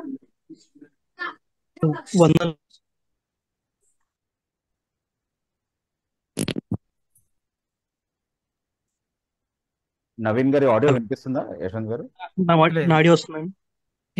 ఎస్ నవీన్ గారు. ఓకే. నా పేరు నవీన్ కుమార్, నేను కాకినాడ నుంచి మాట్లాడుతున్నాను. వందనాలు బిబు గారండి. వందనాలండి. ఏం లేదు బ్రదర్, ఇది ఈ రోజు మార్నింగ్ నేను ఆఫీస్కి వెళ్ళాను, వచ్చిన తర్వాత చూస్తే ఈ పోస్ట్ చూసి కానీ నాకు షాక్ అయిపోయి అనమాట. ఉమ్, ఏదో రూమర్ అనుకున్నాను కానీ నాకు అర్థం కాలేదు. సరే, మీరు ఇప్పటి వరకు చెప్పిన ఆ, సమాధానం బట్టి నేను అంగీకరిస్తున్నాను. ఉమ్, అయితే అక్కడ ఆయన యాక్సిడెంట్ లో చనిపోయారా లేదా వేరే వేరే కారణాల వల్ల చనిపోయారా అయితే మనం చూడలేదు కాబట్టి మనం వేరేలా అర్థం చేసుకోవచ్చు. కానీ బైబిల్లోనే ఇక్కడ అపోస్తల కార్యములు 7వ అధ్యాయం ఉమ్, 54 నుంచి ఉంటది, కానీ మనం 59, 60 నేను కొంచెం చదువుతాను బ్రదర్, ఏమనుకోకుండా. ఉమ్, ప్రభువును గూర్చి మొర్రపెట్టుచు, యేసు ప్రభువా నా ఆత్మను చేర్చుకోమని స్టెఫను పలుకుచుండగా ఉమ్. వారు అతన్ని రాళ్లతో కొట్టిరి. అతడు మోకాళ్ళుని, ప్రభువా వారి మీద ఈ పాపం మోపకమని గొప్ప శబ్దముతో పలికెను. ఈ మాట పలికి నిద్రించెను. ఎస్. సౌలు అతని చావుకు సమ్మతించెను. యాక్చువల్లీ మీకు తెలిసిందే కదా బ్రదర్, పౌలు సౌలుగా మార్కొని ముందు స్టెఫన్కి మరణానికి కారణం అయ్యాడు. అవును. ఇప్పుడు ఆయన మరణానికి ఎవరు కారణం అయ్యారు అనేది మనకి నిజంగా యథార్థంగా మనకు తెలియదు. అవును. ఎస్. ఒకవేళ ఆమ్, త్వరలోనే మనకి నిజాలైతే బయటపడతాయి. ఒకవేళ ఏదైనా జరిగి ఎవరైనా కారణం చేత ఇలా చేసినట్టుగా మనకు ఒకవేళ నిర్ధారణ జరిగితే ఈ హతసాక్షిగా అయితే ఈ పగడాల ప్రవీణ్ గారు అయితే ఉంటారని నేను నిజంగా నమ్ముతాను బ్రదర్. మీ ఆడియో మిస్ అయినండి. Excuse me. అంటే ఒకవేళ ఏదైనా జరిగి మనము ఆధారాలు ఇప్పుడు ప్రస్తుతానికి లేవు, కానీ ఉమ్, ఎవరైనా నిర్ధారించి ఇది ఆయన మన ఇప్పుడు బయటకు వస్తున్న అనుమానాలు నిజమయ్యి ఒకవేళ అది నిజమైతే గనక ఆయన ఒక హతసాక్షి అయ్యారు అని అనుకోవచ్చు కదా అని అంటున్నారు.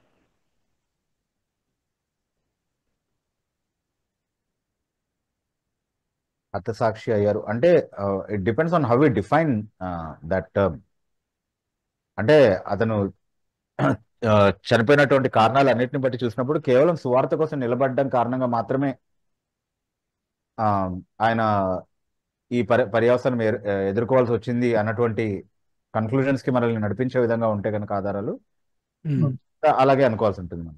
అవును బ్రదర్, అవును బ్రదర్. అంటే చాలా మంది ఏమనుకుంటున్నారంటే ఏదో జరిగింది అనుకుంటున్నారు. ఆయన సువార్త కోసం ఇంతవరకు మనం పోరాడారు. అంటే సువార్తలో నిజ నిజాలన్నీ మొత్తం మతోన్మతులతో అందరూ ఫైట్ చేసి బయట పెట్టి అందరికి యథార్థంగా బయటికి సువార్తని బయట తీసుకొచ్చి చెప్పారు. నేను ఆయన వీడియోస్ ఎక్కువ చూస్తాను బ్రదర్. ఆయన చెప్పే డిబేట్స్ కానీ నేను చూస్తుంటాను. ఈ రోజు ఇంకా ఎప్పుడే భోజనం చేద్దాం తిందామని చూస్తే నాకు తినబోదేయట్లేదు ఆయన చనిపోయారని ఈ మాటతో. అది ఈ 2 వచనాలు చదివి వినిపించి నేను చెప్పాలనుకున్నాను బ్రదర్. అంతే brother. Okay brother. Yes. Thank you brother. తర్వాత మన లైవ్ చాట్ లో ఎన్ రమేష్ అనే ఐడి నుంచి పెట్టినటువంటి పోస్ట్, ప్రవీణ్ పగడాల అన్నగారి మరణం అనుమానాస్పదంగా ఉంది. దీని విషయంలో క్రైస్తవ సమాజం ఎలా స్పందించాలన్న కొన్ని విషయాలు మీరు ప్రారంభంలో చెప్పారు బిబు గారు, ఇంకా ఏమైనా షేర్ చేస్తారా? లేదు, అంటే ఎవరైనా అన్యాయంగా చంపబడితే ఏం చేయాలని మనకు వాక్యం కానీ మన దేశంలో ఉన్నటువంటి చట్టాలు కానీ సూచిస్తున్నాయో అదే చేయాలి మనం ఈ విషయంలో కూడా. కానీ అది చేసే విషయంలో ఎక్కడా జాప్యం జరగకుండా మనం చూసుకునే బాధ్యత ఖచ్చితంగా మన సమాజం పైన ఉంటుంది. ఎందుకంటే మన చట్ట వ్యవస్థ చాలా బాగున్నప్పటికీ కూడా ఆ వ్యవస్థలో ఉన్నటువంటి మంచి విషయాల్ని నీరుగార్చేటటువంటి వారి చేతుల్లో చాలాసార్లు చట్టం ఉండడం అనేది మనకున్నటువంటి దురదృష్టం. సో మనం అలర్ట్గా ఉండి మనకి రావాల్సినటువంటి న్యాయాన్ని మనం జరిగించుకోకపోతే అది ఖచ్చితంగా పక్కదోవ పట్టే అవకాశం ఉంది. కాబట్టి దాని విషయంలో మనం జాగ్రత్తగా ఉండాలి, అలర్ట్గా ఉండాలి. మన రైట్స్ ఏంటో మనం సరిగ్గా క్లెయిమ్ చేసుకునేటటువంటి వారిగా ఉండాలి ఈ విషయంలో అనేది గుర్తుపెట్టుకుందాం అండి. తర్వాత మైకేల్ అరుణ్ అనే ఐడి నుంచి జాయిన్ అయినటువంటి వారు, మీరు అన్మ్యూట్ చేసుకొని మీ పేరు ఊరు పరిచయం చేసుకొని మీ ప్రశ్న అడగచ్చు. Hello. Yes, brother. Praise the Lord, Pastor Yashwant Anand, Bibu uncle. Praise the Lord. Yeah. It's really a black day to Indian Christianity and Telugu Christian community also. Yeah. So whatever has happened is really unfortunate. కానీ uncle ఈ టైంలో morning నుంచి నేను చాలా news and videos చూస్తూ ఉన్నాను, follow up చేస్తున్నాను అనమాట ఎనీ అప్డేట్ కోసం. ఒక నాకు కొంచెం బాధకరంగా ప్లస్ కన్ఫ్యూజింగ్ గా అనిపించిన ఒక విషయం ఏంటంటే, సో ఈ యొక్క సాడ్ టైంలో కొంతమంది క్రైస్తవులు అనే వాళ్ళు ఇలా బాధపరచబడినప్పుడు కానీ ఏమైనా మొదలు చేతిలా జరిగినప్పుడు కానీ, అంటే I'm not concluding anything on brothers on the unfortunate that is happened. ఇలాంటి ఉన్నప్పుడు మనము సహించాలి తప్ప ఏంటి మనము revenge it's not on hour part మనము ఎదురు చెప్పుకోవాలని ఒక ఎస్కేపిస్ట్ ఫిలాసఫీ చెప్తా ఉంటారు. So that feels kind of depressing and pathetic అన్నమాట. అండ్ మనము ఎంతో మంది చాలా కష్టపడి గాస్పెల్ చేసే వాళ్ళకు ఇది కొంచెం వాట్ ఇట్స్ లైక్ చాలా డిప్రెసింగ్ అనిపిస్తుందని నా అభిప్రాయం. దాని గురించి కూడా మీరు చెప్పాలి అనుకుంటాను. అంటే ఇది క్రైస్తవుల్ని చట్ట వ్యతిరేకులుగా తయారు చేసేటటువంటి ఒక ఫిలాసఫీ బేసికల్. ఇప్పుడు మీరు ఏదైతే చెప్పారో అది అంటే అన్యాయం జరుగుతున్నప్పుడు కూడా దాన్ని ఎదిరించకూడదు, చట్టపరంగా తీసుకోవాల్సినటువంటి చర్యలు వాక్యానుసారమైనటువంటి ప్రేమకు వ్యతిరేకం అనేటటువంటి బోధ ఏదైతే ఉందో అది నిజానికి బోధ కాదు, అదొక రోగం అన్నమాట. సరిగా ఆలోచించలేనటువంటి రోగం. అలాంటి ప్రేమ చూపించే వాళ్ళందరూ ఏమనుకుంటారంటే మేము యేసుక్రీస్తు ప్రభు కంటే బాగా ప్రేమించగలుగుతున్నాం అనుకుంటారు యాక్చువల్గా. అంటే వాళ్ళు కాన్షియస్ గా అలా అనుకున్నా లేకపోయినా basically that's what it comes out.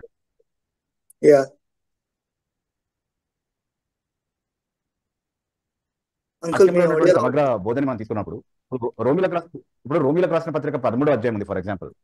అక్కడ అధికారి ఖడ్గం ఊరికనే చేత పట్టుకోలేదు అన్నటువంటి మాట చదువుతాం మనం. He beareth not the sword in vain అని ఉంది. అంటే అర్థం ఏంటి? ఊరికనే యాపిల్ కోసుకొని తినడానికి స్వోర్డ్ పట్టుకున్నాడా అధికారి? కాదు. ఎవరైతే మనిషిని చంపాడో వాడి తల నరకడం కోసం ఉన్నాడు అధికారి. వాడికి లోబడమని కదా అక్కడ కాంటెక్స్ట్ అంతా మనకు చెప్తుంది. ఆ అధికారిని నియమించింది దేవుడు కాబట్టి వాడికి లోబడాలి. వాడు చేయాల్సినటువంటి పని వాడిని చేయనివ్వాలి. నీ ప్రేమ అనే నెపంతో వాడు న్యాయంగా చేయాల్సినటువంటి పనికి నువ్వు అడ్డు తగలకూడదు కదా. సో ఆ వాక్యం ఎవరు పాటించాలి, ఎవరు ఆచరించాలి? అంటే వీళ్ళకి కావాల్సిన ప్రేమ, మృదుత్వము, అంటే వీళ్ళ చేతగానితనాన్ని సమర్థించేటటువంటి మృదుత్వము, ప్రేమ అంటే అవుట్ ఆఫ్ కాంటెక్స్ట్ తీసుకొని లేకపోతే అవుట్ ఆఫ్ ప్రపోర్షన్ తీసుకొని అప్లై చేసుకోవడం వల్ల ఏమి చేయకుండా తప్పించుకోవడానికి ఒక మార్గంగా కనబడేటటువంటి ఫిలాసఫీని వాళ్ళు తయారు చేసుకున్నారు అనమాట basically. It's such an unfortunate thing. And అలాంటి దానికి ఫిలాసఫికల్ గా యూనో పెద్ద పెద్ద దైవజనులు, బోధకులు అనేటటువంటి వాళ్ళు కూడా అలాంటి ఫిలాసఫీని ఇంకా ఫిలాసాఫికల్ గా ఎక్స్ప్రెస్ చేసి దాన్ని బలపరిచేటటువంటి వాళ్ళు కొంతమంది ఉన్నారు, very unfortunately in our community. So we should never give, అంటే బైబిల్ బోధించేటటువంటి ఏ సిద్ధాంతానైనా ఏ కాన్సెప్ట్ అయినా బ్యాలెన్స్డ్ గానే అర్థం చేసుకోవాలి మనం. రైట్. అంటే వ్యక్తిగతంగా పగ తీర్చుకోనకూడదు అని ఉంది, సంబంధించిన సందర్భం కాదు కదా. ఎగ్జాక్ట్లీ. ఇప్పుడు స్టెఫెన్ విషయంలో చదివి వినిపించారు, యేసు ప్రభు ఈ పాపం అతని మీద మోపొద్దని ఎవరైతే హింస ఎదుర్కొన్నాడో ఆ వ్యక్తి ప్రార్థన చేశాడు. కానీ ఒకవేళ మనం బ్రతుకుంటే అతను అలా ప్రార్థన చేశాడు కాబట్టి మనం కూడా క్రైస్తవ సమాజంగా అతనికి జరిగినటువంటి నష్టాన్ని మేము కూడా క్షమించేస్తున్నాం అనేటటువంటి అధికారం మనకు లేదు. ఎందుకంటే సామాజికంగా అది చేయాల్సినటువంటి పని కాదు, వ్యక్తిగతంగా ఒక వ్యక్తి చేయాల్సినటువంటి పని అది. సామాజికంగా మన బాధ్యత ఏంటి? ఇది మన సమాజం పైన జరిగినటువంటి దాడి కాబట్టి ఖచ్చితంగా దాన్ని ప్రతిఘటించాలి అన్నది. ఆ రోజు ఉన్నటువంటి క్రైస్తవ సమాజం అది చేసేటటువంటి పొజిషన్లో లేదు కాబట్టి చేయలేదు. బట్ ఈ రోజు మనకు అది చేయగలిగేటటువంటి హక్కులు ఇచ్చేటటువంటి ఒక రాజ్యాంగం కింద దేవుడు మనల్ని ఉంచాడు. Right. So why are we here? Is it not so that we can claim for justice and demand justice where it is possible? అంటే మతోన్మాదులతో సహకరించి ఇక్కడ విక్టిమైజ్ చేయబడుతున్నటువంటి క్రైస్తవుల్ని మాత్రమే డిసడ్వాంటేజ్ లో ఉంచేటటువంటి ప్రేమ గురించి ఏదైతే వీళ్ళు మాట్లాడుతున్నారో అది ప్రేమ కాదు, అది సాతాను వెలుగుదూతలా కనబడేటటువంటి ఇంకొక ఇన్స్టెన్స్ అంతే. That is not love. Thank you. తర్వాత అన్వేష్ అనే ఐడి నుంచి జాయిన్ అయినారు. మీరు అన్మ్యూట్ చేసుకొని మీ పేరు, మీ ఊరు చెప్పి మీ ప్రశ్న అడగచ్చు.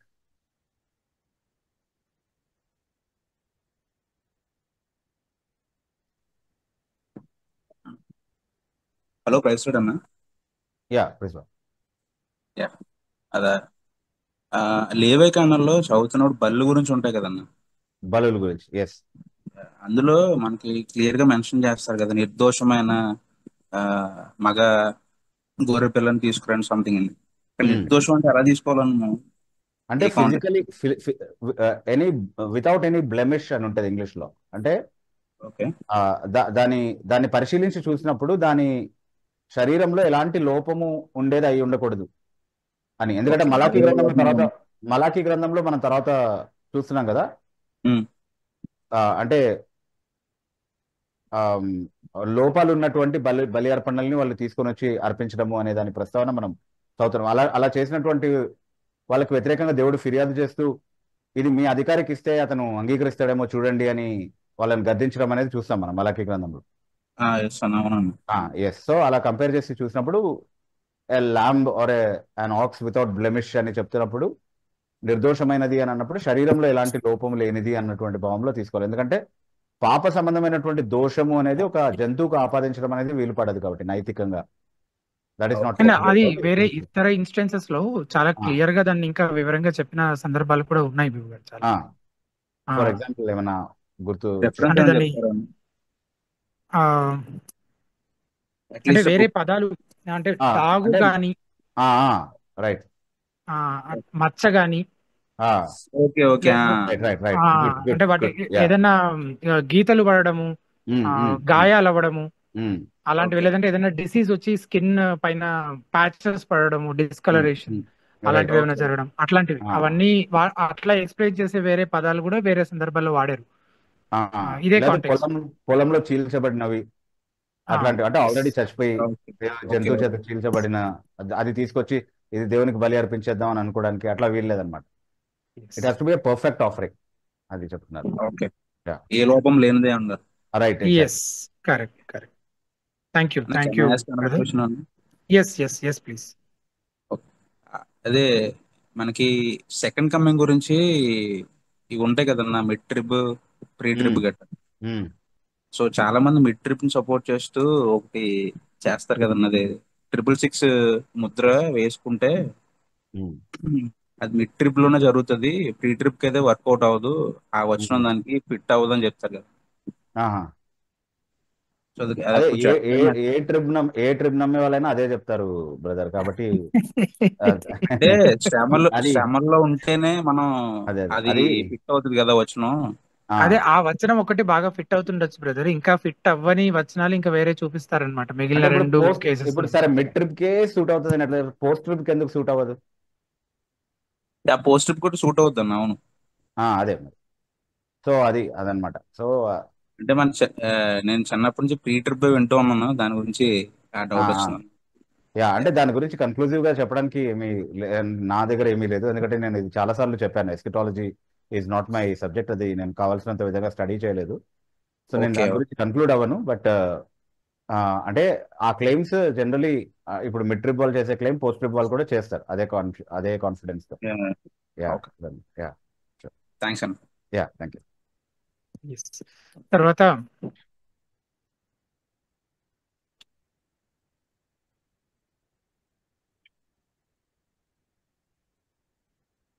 శ్రీకాంత్ అని అడిగినటువంటి ప్రశ్న, brother Vibhu, why you come out of Sakshi apologetics group? Sakshi apologetics groups నుంచి మీరు ఎందుకు బయటకు వచ్చారు? యాక్చువల్ గా సాక్షి అపాలజెటిక్స్ నుంచి బయటకు వచ్చాను అని చెప్పడం కంటే కూడా, అంటే ఈ సందర్భంలో అడిగారు, మరి ఈ సందర్భంలో అది చెప్పడం కరెక్టో కాదో నాకు తెలియదు, కానీ నేను ప్రారంభంలో the question is very personal కాబట్టి maybe you can take a call, Vibu garu. If you want to ignore it, we can skip it. Maybe ఇంకొక సందర్భంలో అది చెప్తే బాగుంటుందేమో, కానీ చాలా చూచాయిగా ఒక విషయం నేను చెప్పగలిగేది ఏంటంటే, ప్రారంభంలో కూడా నేను చెప్పాను, నేను ప్రవీణ్ పగడాల గారి చివరి 5 సంవత్సరాల్లో ఆయనతో కలిసి పనిచేయలేకపోయాను కొన్ని సిద్ధాంతపరమైనటువంటి విభేదాల వల్ల అనేసి. సో అదే కారణం అనమాట నేను కలిసి పనిచేయలేకపోవడానికి. ఆ విభేదాలతో ఈ రోజు కూడా నేను కట్టుబడి ఉన్నాను. సో ప్రవీణ్ పగడాల గారి మినిస్ట్రీలో నేను అక్నాలెడ్జ్ చేసినటువంటి కోణం కూడా, నేను అపాలజెటిక్స్ కోణంలో ఆయన చేసినటువంటి మంచి కాంట్రిబ్యూషన్ ఏదైతే ఉందో, దావా ప్రచారకుల్ని ఎదుర్కోవడంలో, అలాగే మతోన్మాదుల్ని ఎదుర్కోవడంలో ఆయన ప్రొడ్యూస్ చేసినటువంటి కంటెంట్ ఏదైతే ఉందో దాన్ని ఉద్దేశించి నేను అప్రిషియేట్ చేస్తూ చెప్పాను. కానీ ఇప్పుడు మొన్నటి వరకు ఆయనతో విభేదిస్తూ ఈరోజు చనిపోయినంతలో అంటే ఇప్పుడు ఏమీ లేదన్నట్టుగా మాట్లాడుతున్నారా అనే అనుమానం కొంతమందికి రావచ్చు. కానీ అది కాదు. అంటే నేను దేని విషయంలో అయితే విభేదించానో అది వ్యక్తిగతం కాదు. వ్యక్తిగతంగా Praveen Pagadala was a good friend to me. యాక్చువల్గా నేను లాస్ట్ ప్రవీణ్ పగడాల గారిని కలిసింది ఎప్పుడు అని అంటే 21st అంటే మేము కలిసి వర్క్ చేయడం ఆపేసింది ఎప్పుడు అని అంటే సుధాకర్ అన్నకి నాకు మధ్యలో ఒక డిబేట్ జరిగింది కదా భక్సింగ్ గారి విషయంలో. అందులో ఆయన మోడరేటర్ గా ఉన్నారు. That was my last video appearance with Praveen Pagadala garu. Okay, so అప్పటి నుంచి మేము కలిసి పనిచేయడం ఆపేశాం. కానీ నేను లాస్ట్ ఆయన్ని కలిసింది ఎప్పుడు అని అంటే మా మదర్ చనిపోయినటువంటి టైంలో 21st జూన్ 12th జూన్ 2021లో ఆయన వచ్చారు. అక్కడ ఫ్యూనరల్ అయిపోయి మేము బయటకు వస్తున్నప్పుడు చాలా అన్ఎక్స్పెక్టెడ్ గా ఆయన వచ్చారు. ఎందుకంటే అది లాక్డౌన్ టైమ్, రెస్ట్రిక్షన్స్ ఉన్నాయి. అంటే ఎక్కువగా రెస్ట్రిక్షన్స్ ఉన్నాయి కాబట్టి దాన్ని ఒక కారణంగా చూపించి ఉండొచ్చు ఆయన కావాలంటే రాకుండా ఉండడానికి. ఎవరు తప్పు పట్టి ఉండేవాళ్ళు కాదు ఆ టైంలో రాకపోయినా. బట్ ఈ made an effort to come. ఆయన రవీందర్ గారు ఇద్దరు వచ్చారు. యాక్చువల్లీ వచ్చి ప్రార్థన చేసి ఓదర్పు మాటలు కొన్ని చెప్పి వెళ్ళారు యాక్చువల్గా. సో పర్సనల్ గా ఆయన ఏమీ పెట్టుకోలేదు, పర్సనల్ గా నేను పెట్టుకోలేదు. ఎప్పుడు కూడా మేము సటైరికల్ గా ఫ్రెండ్లీగా ఉన్నప్పుడు కూడా చాలా సటైరికల్ గా మాట్లాడుకునే వాళ్ళము. భేదాభిప్రాయాలు వచ్చినప్పుడు కూడా we maintain that same satire. కాకపోతే అది పబ్లిక్ లో ఉండింది కాబట్టి ఇదేంటి ఇట్లా మాట్లాడుకుంటున్నారని చాలా మందికి అనిపించుండొచ్చు basically. But we were very satirical with each other even when we were friends. So అది మాకు ఇబ్బంది కాదు యాక్చువల్లీ. పర్సనలీ చూసే వాళ్ళకి అది ఇబ్బందిగా అయి ఉండొచ్చేమో. But we didn't feel it was necessary to clarify. అప్పుడు జరిగినటువంటి హీట్ ఆఫ్ డిస్కషన్స్ లో కావచ్చు, వాట్ ఎవర్, ఆయన క్లారిఫై చేయలేదు, నేను క్లారిఫై చేయలేదు, అది అట్లాగే అయిపోయింది. కానీ ఇలా అవుతుంది అని అనుకోము కదా మనం ఎప్పుడు కూడా. అంటే we will get opportunities to still interact. Maybe at some point I will be able to refute him so thoroughly that he would be convinced అనే ఒక లాంటి ఒక కాన్ఫిడెన్స్ ఉంటుంది కదా ఆర్గ్యూ చేసేటటువంటి వ్యక్తికి ఎప్పుడైనా కూడా. సో దాంతో అలాగే కొనసాగుతూ వచ్చాం. బట్ ఈ రోజుకి కూడా అంటే నిజంగా ఆయన చనిపోయారు అన్నటువంటి బాధతో పాటుగా ఉన్నటువంటి ఒక విషయం ఏంటంటే, నేను నిజంగా ఇది బిబ్లికలీ సౌండ్ కన్విక్షన్స్ అని ఏదైతే అనుకున్నానో దాని విషయంలో ఆయన ఒప్పించే అంత చాలినంత అవకాశం నాకు రాలేదు. అది వచ్చుంటే బాగుండేది అన్నటువంటి బాధ కూడా ఇప్పుడు ఉంది. ఇంకెప్పుడు ఉండదు, అది ఆ అవకాశం ఇంకెప్పుడు ఉండదు అన్నటువంటి బాధ అయితే డెఫినెట్లీ ఉంది. ఆ భేదాభిప్రాయాలు ఎప్పుడు అట్లాగే ఉంటాయి, ఎందుకంటే అవి చాలా ఇంపార్టెంట్. నాకు సంబంధించినంత వరకు, ఆయనకు సంబంధించినంత వరకు కూడా అవి చాలా ఇంపార్టెంట్. కాబట్టి ఆ కారణాలని బట్టి ఆయన నాకు వేరుగా ఉండి పనిచేయడానికి ఇష్టపడ్డారు. కలిసి అవి ఉన్నా పర్వాలేదు అని కాకుండా అవి ఉన్నంత వరకు కలిసి పనిచేయకుండా ఉండడం మంచిది అన్నటువంటి నిర్ణయం ఆయన తీసుకున్నారు. నేను దాన్ని రెస్పెక్ట్ చేశాను. నేను కూడా ఆ నిర్ణయానికి కట్టుబడినాను. దాన్ని ఆయన కూడా రెస్పెక్ట్ చేశారు. సో ఆ భేదాభిప్రాయాలు ఈ రోజుకి కూడా ఉన్నాయి. అది కాల్వినిజం విషయంలో కావచ్చు, లేదా రక్షణ సంబంధమైనటువంటి ఇతర సిద్ధాంతాల విషయంలో కావచ్చు, ఆయన నమ్మినటువంటి కింగ్డమ్ థియాలజీ కోణం గురించి కావచ్చు, లేకపోతే అబద్ధ ప్రవక్తల్ని, అబద్ధ బోధకుల్ని ఎలా అప్రోచ్ అవ్వాలి అన్నటువంటి విషయంలో మాకున్నటువంటి డిఫరెంట్ అప్రోచెస్ విషయంలో కావచ్చు, నాకున్నటువంటి కన్విక్షన్ ఎందుకు బిబ్లికల్ అనే దానిపైన నేను చాలా బలంగా నిలబడి ఉన్నాను ఈ రోజుకి కూడా. ఈరోజు in God's mercy and grace ఒకవేళ ప్రవీణ్ పగడాల గారు బ్రతికే ఉండుంటే I would have love to continue the discussion and the debate and keep the satire on actually. అంటే అలాంటి ఒక స్థితిలో ఆయన ఉండుంటే బాగుండేది అని నేను డిజైర్ అవుతున్నాను, యాక్చువల్లీ కోరుతున్నాను వాస్తవానికి. సో బట్ అది లేకుండా పోయింది అనేది కూడా ఇక్కడ కలిగినటువంటి ఒక గొప్ప నష్టం అనేది చెప్పుకోవాలి. సో అప్పుడు నేను విభేదించినటువంటి విషయాలని ఇప్పుడు నేను ఏదో ఆమోదిస్తున్నాను అని అనడానికి అవకాశం లేదు. అప్పుడు నేను ఏ విషయాల్లో అయితే విభేదించానో ఆ విషయాల్లో ఇప్పుడు కూడా నేను విభేదించి అవి చదివేటప్పుడు ప్రవీణ్ పగడాల గారి రైటింగ్స్ కావచ్చు, ఆయన టాక్స్ కావచ్చు వినేటప్పుడు వివేచిస్తూనే వినాలి, వివేచిస్తూనే చదవాలి అనేది రెస్పెక్ట్ఫుల్ గా నేను చెప్తున్నాను ఇప్పటికి కూడా. ఎందుకంటే నేను చనిపోయినా, ఎవరు చనిపోయినా రేపు చనిపోయినంత మాత్రాన మనం చెప్పినటువంటి సిద్ధాంతాల్లో ఉన్నటువంటి లోపాలు సరే అయిపోవు. నేను బ్రతుకున్నప్పుడు ఒక సిద్ధాంతాన్ని తప్పుగా చెప్పి ఉంటే నేను చనిపోయిన కారణాన్ని బట్టి ఆ భావోద్రేకము నేను చెప్పిన తప్పుని సరిగా మార్చదు. తప్పుగానే ఉంటది, సరిగానే ఉంటది ఎప్పుడు కూడా. అది భావోద్రేకాలను బట్టి నిర్ణయించేది కాదు, అది పరిశీలనను బట్టి, వాక్య బోధన బట్టి నిర్ధారించుకోవాల్సినటువంటి విషయం. కాబట్టి ఆ భేదాభిప్రాయాల్లో నేను చెప్పింది నిజమా, ప్రవీణ్ పగడాల గారు చెప్పింది నిజమా అనేది సిద్ధాంతాలని పరిశీలించేటటువంటి వారు జాగ్రత్తగా వాక్యం నుండి నిర్ధారించుకోవాల్సినటువంటి విషయాలు. దానికి దీన్ని ముడిపెట్టి చూడొద్దు. అవకాశం వచ్చింది కాబట్టి ఈ క్లారిఫికేషన్ నేను ఖచ్చితంగా ఇస్తున్నాను. సో ఈ భేదాభిప్రాయాలను బట్టి నేను ప్రవీణ్ పగడాల గారితో వేరయ్యాను. సో ప్రవీణ్ పగడాల గారే యాక్టివ్ గా సాక్షి రిప్రజెంటేటివ్ గా ఈ స్టేట్ లో ఉన్నారు కాబట్టి సాక్షితో నేను ఓపెన్ గా వర్క్ చేయడం అనేది వీలవ్వలేదు. బట్ జెర్రీ థామస్ గారు నాతో టచ్ లో ఉండి ఆయనకు అవసరమైనప్పుడు నేను ఆయనతో సహకరించడం, నాకు అవసరం ఉన్నప్పుడు నేను ఆయనతో సహకరించి కావాల్సినటువంటి అపాలజెటిక్స్ లో కావాల్సినటువంటి ఇన్ఫర్మేషన్ కావచ్చు, సజెషన్స్ కావచ్చు షేర్ చేయడం అనేది ఈ రోజుకి జరుగుతూ ఉంది. అంటే దానికి ఎప్పుడు అంతరాయం కలిగినటువంటి దాఖలాలు లేవు. అంటే డిస్టెన్స్ ని బట్టి చాలా లెస్ ఫ్రీక్వెంట్ గా అది జరుగుతుండొచ్చు తప్ప అది అంతరాయం కలిగింది దానికి అని చెప్పడానికి ఏమీ లేదు.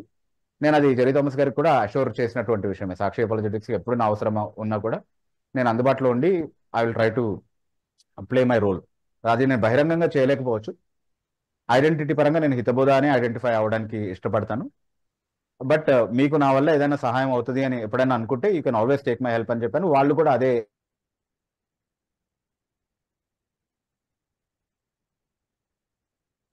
రిలేషన్షిప్ ఎప్పుడు ఉంది అన్నటువంటి విషయాన్ని గుర్తుపెట్టుకోవాలి. Yeah. Yes, Yeah. Daniel Wilson అనే ఐడి నుంచి జాయిన్ అయినటువంటి వారు మీరు అన్మ్యూట్ చేసుకొని మీ పేరు మీ ఊరు చెప్పి మీ ప్రశ్న అడగచ్చు. వందనాలు బ్రదర్. నా పేరు డానియల్ విల్సన్. నేను బెంగళూరు నుండి మాట్లాడుతున్నాను బ్రదర్. Yes, brother.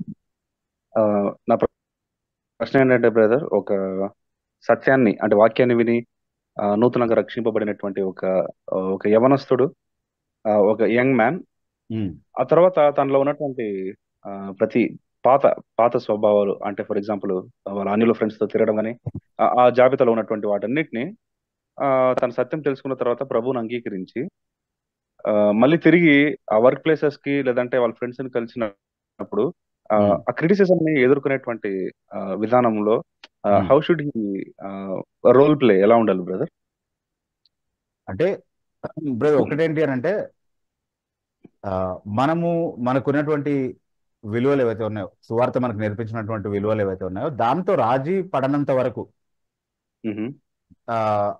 అందరితో సమాధానంగా ఉండడానికి ప్రయత్నించాలి. ఓకే. ఎందుకంటే మనకున్న రెస్ట్రిక్షన్ అది ఒకటే కదా, పాపం చేయకూడదు, దేవుని వాక్యం నేర్పించిన దానికి వ్యతిరేకంగా మనం ఏమీ చేయకూడదు అన్నది మనకున్నటువంటి రెస్ట్రిక్షన్. కానీ లోకం అంతటిని మన శత్రువులుగా భావించమని కాదు మనకున్నటువంటి ఆజ్ఞ. వాస్తవానికి మీరు లోకానికి ఉప్పై ఉన్నారు, లోకానికి వెలుగై ఉన్నారు అని వాక్యం చెప్తున్నప్పుడు లోకంలో ఉన్న వారితో మనం కలిసి సమాధానంగా ఉండగలిగేంత వరకు, అంటే as much as it lieth in you live peaceably with all men, సాధ్యమైనంత వరకు అందరితో సమాధానంగా వెళ్ళడానికి చూడమని వాక్యం చెప్తున్నది అందుకే. ఎందుకంటే మనము మన ఇన్స్ట్రుమెంటాలిటీ ద్వారా ఎవరినైనా గాస్పెల్ తో ఇంపాక్ట్ చేయాలి అని అనుకుంటే సాధ్యమైనంత వరకు వాళ్ళతో సమాధానంగానే వెళ్ళే ప్రయత్నం చేయాలి. ఓన్లీ ఇది నన్ను పాపం విషయంలో రాజీ పడేలా చేస్తుంది అనేటటువంటి పరిస్థితిలో మాత్రమే స్టాండ్ తీసుకునే వారిలాగా ఉండాలి అనేది first point brother. Second point ఏంటి అంటే చాలా సార్లు మనం నేర్చుకున్నటువంటి విలువలు వాళ్ళు కూడా పాటించాలని ఎక్స్పెక్ట్ చేస్తూ ఉంటాం మనం. ఫర్ ఎగ్జాంపుల్ నేను మూవీ సాంగ్స్ వినను అనుకోండి, నా పక్కన కూర్చున్న కొలీగ్ మూవీ సాంగ్ ప్లే చేశాడు అనుకోండి బ్రేక్ టైంలోనో లంచ్ టైంలోనో ఎప్పుడో, ఓకే చిచి నువ్వు ఇది పెట్టుకున్నావా, నేనుండగా ఇలా ఎలా పెట్టుకున్నావు అని గొడవ పెట్టేసుకునే వాళ్ళు ఉంటారు కొంతమంది. అది ఎప్పుడు చేయకూడదు. ఎందుకంటే నేను పాటించే విలువ అతను పాటించాలని నేను ఎందుకు ఎక్స్పెక్ట్ చేయాలి? అంటే ఇప్పుడు అతన్ని సినిమా పాట వినడం మాన్పించేసినంత మాత్రం ఆ పూటకి అతను ఏమైనా పరలోకానికి వెళ్ళిపోతాడా? లేదు, వెళ్ళడు కదా. అంటే దాన్ని ఒక ఎగ్జాంపుల్ గా చెప్తున్నాను నేను. అట్లా అన్ని విషయాల్లో ఎక్స్పెక్టేషన్ ఉంటుంది చాలా మందికి. అంటే నేను చేస్తున్నటువంటివి ఆయన కూడా చేయాలి అనేది, లేదా ఆమె కూడా చేయాలి అనేది. అలా ఎక్స్పెక్ట్ చేయకూడదు మనం. ఎందుకంటే మనము ఏ సువార్త ప్రభావం కింద ఉన్నామో వాళ్ళు దాని కింద లేరు. కాబట్టి మనం చూసే విలువల్ని వాళ్ళు విలువలుగా చూడరు. వాస్తవానికి నారో మైండెడ్నెస్ గా చూస్తారు. దాంట్లో ఉన్నటువంటి గొప్పతనం కానీ దాంట్లో ఉన్నటువంటి పరిశుద్ధత కానీ వాళ్ళకి అర్థం కాదు. అలాంటప్పుడు వాళ్ళని సువార్త దగ్గరికి, యేసుక్రీస్తు ప్రభు దగ్గరికి నడిపించకుండా కేవలం ఆ పైన విలువలు మాత్రమే వాళ్ళకి నేర్పించి లేదా వాళ్ళపైన రుద్ది అలా ఉంటేనే నేను నీకు స్నేహితుడిగా ఉంటాను, స్నేహితురాలుగా ఉంటాను అన్నటువంటి ఎక్స్పెక్టేషన్ పెట్టుకోవడం వల్ల చాలా సార్లు రిఫ్ట్ అనేది క్రియేట్ అవుతుంది. ఒక వర్క్ ప్లేస్ లో కానీ, ఒక ఎడ్యుకేషన్ ఇన్స్టిట్యూట్ లో కానీ, ఎక్కడైనా సరే ఒక సోషల్ ఎన్వైరన్మెంట్ లో. అది చేయకుండా మనం జాగ్రత్త పడాలి బ్రదర్. ఎందుకంటే అది మనం పాటించాల్సినటువంటి నియమాలు అవి అంటే మీరు శరీర క్రియలను ఆత్మ వలన చంపిన ఎడల అనేటటువంటి నియమం ఉంది కదా. అంటే మనమైనా శరీర క్రియలను ఎలా చంపగలుగుతున్నాం? మన సొంత నిష్ట వలన కాదు, అది ఆత్మ సహాయం వల్ల మాత్రమే చేయగలుగుతున్నాం. నాకు వేరుగా మీరు ఏమీ చేయలేరు అని యేసు ప్రభు చెప్పినటువంటి నియమాన్ని బట్టి చేయగలుగుతున్నాం ఏదైనా. సో వాళ్ళలో ఆ నియమమే లేనప్పుడు, వాళ్ళలో ఆత్మ కార్యం అనేది జరగనప్పుడు వాళ్ళు అలాంటివి చేయాలని ఎక్స్పెక్ట్ చేసి అది చేయనందుకు వాళ్ళతో మనం గొడవ పెట్టేసుకుని సంబంధాలు పాడయ్యేదాకా దాన్ని తెగేదాకా లాగి పిచ్చి పిచ్చిగా చేసుకోవడం అనేది చాలా సార్లు జరుగుతుంది అనమాట. అది చేయకుండా ఈ రెండు విషయాల్లో మనం జాగ్రత్తగా ఉంటే ఐ థింక్ చాలా సార్లు మన వైపు నుంచి జరిగేటటువంటి పొరపాట్లని మనం అవాయిడ్ చేయొచ్చు మన రిలేషన్షిప్స్ లో, బయట ఉన్నటువంటి వాళ్ళ రిలేషన్షిప్స్ లో. Okay brother?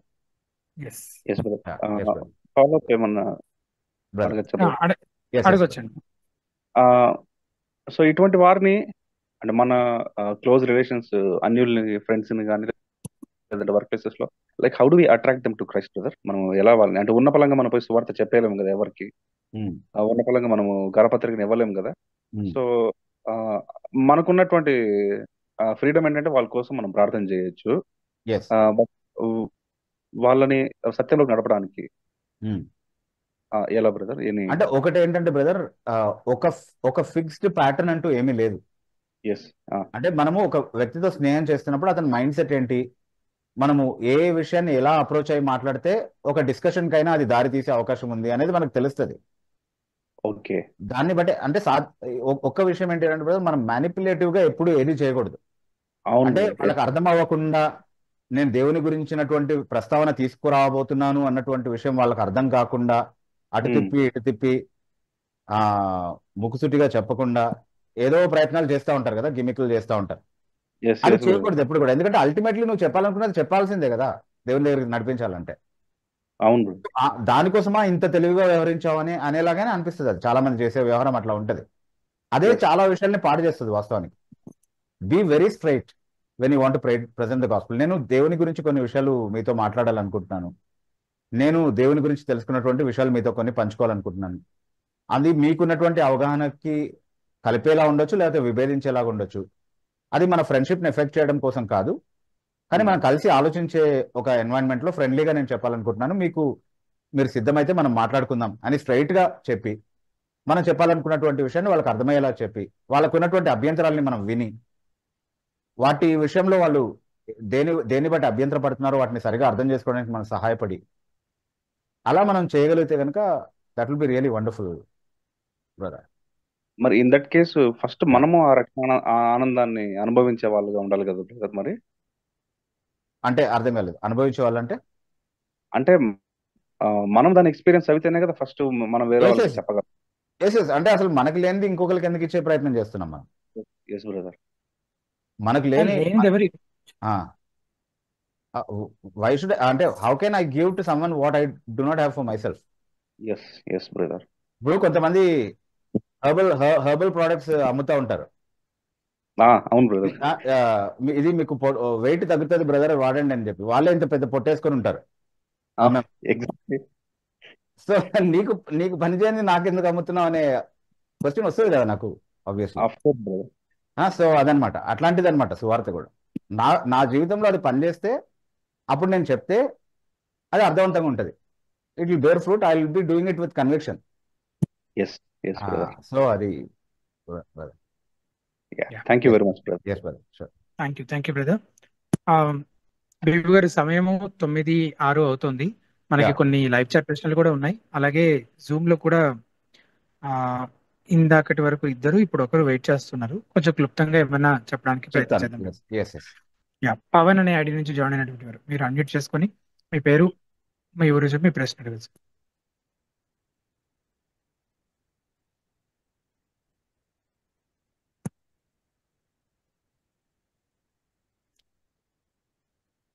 అన్మ్యూట్ చేసుకోలేకపోతున్నారు కాబట్టి we're very sorry brother. Time కూడా చాలా అయిపోయింది కాబట్టి మళ్ళీ మీకు అవకాశం ఇవ్వలేకపోవచ్చు. మీకు వీలైతే వచ్చే వారం మళ్ళీ జాయిన్ అవడానికి ప్రయత్నించండి. బ్యాచులే నీలపు అనే ఐడి నుంచి జాయిన్ అయినటువంటి వారు మీరు అన్మ్యూట్ చేసుకొని మీ పేరు, మీ ఊరు చెప్పి మీ ప్రశ్న. Fucking fat nigga, look at you, Bibu, you're a fat nigga retard, you're a fat ass.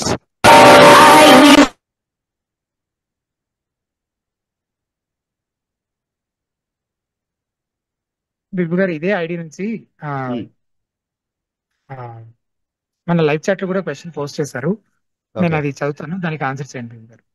నిర్గమకాండము 7వ అధ్యాయము 3-4 వచనాలను వివరించమని అడిగారు. అయితే నేను ఫరో హృదయమును కఠినపరిచి ఐగుప్తు దేశంలో నా సూచక్రియలను మహత్కార్యములను విస్తరింపజేసేదను. ఫరో మీ మాట వినడు, కానీ నేను నా చెయ్యి ఐగుప్తు మీద వేసి గొప్ప తీర్పుల చేత నా సేనలను, ఇశ్రాయేలీయులైన నా ప్రజలను ఐగుప్తు దేశంలో నుండి వెలుపలికి రప్పించేదను.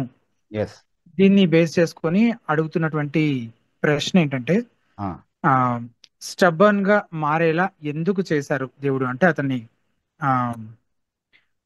అతను మీ మాట వినడు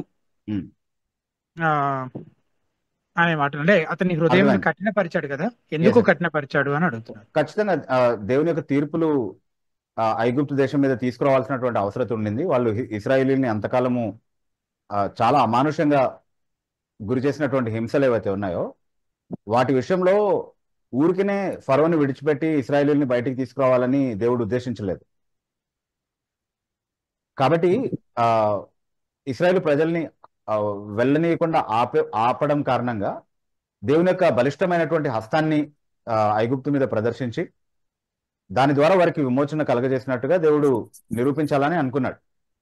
దాన్ని ఒక అవకాశంగా చేసుకున్నాడు. ఇప్పుడు ఐగుప్తీయుల పిల్లల్ని నదిలో వేసి చంపడము, నదిలో పడేసి చంపడము అనేటటువంటి పని ఏదైతే చేశారో ఫస్ట్ బోర్న్ చిల్డ్రన్ అందరినీ కూడా, అది మొదలుకొని వాళ్ళని హింస పెట్టేటటువంటి చాలా విషయాలు. అంటే నేను దేవుడు మాట్లాడుతున్నప్పుడు కూడా, మోషేతో మాట్లాడుతున్నప్పుడు నేను ఇశ్రాయేలీల మూలుగు విన్నాను, వారి కష్టాన్ని నేను చూశాను అంటున్నాడు.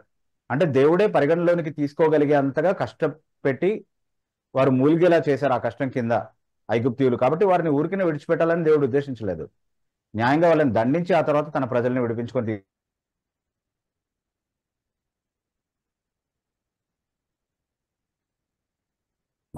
అంటే ఆయనే దేవుడు, ఆయన కంటే బలమైనటువంటి వాడు ఎవరూ లేరు ఈ భూమి మీద. ఐగుప్తీయుల్ని ఆయన చేతిలో నుంచి విడిపించగలిగేటటువంటి దేవుడు అనేవాడు ఎవడు లేడు అన్నటువంటి విషయాన్ని కూడా దేవుడు నిరూపించాలనుకున్నాడు. కాబట్టి అలా చేశాడు. తర్వాత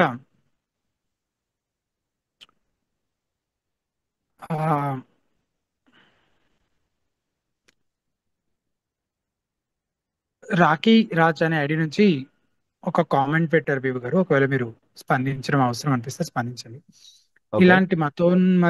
ఇలాంటి మతోన్మాద డాష్ గాళ్ళు ఆర్టీఎఫ్ వారికి హైందవ సహోదరులు ప్రవీణ్ అని కోల్పోవడం చాలా బాధాకరం అని పెట్టారు.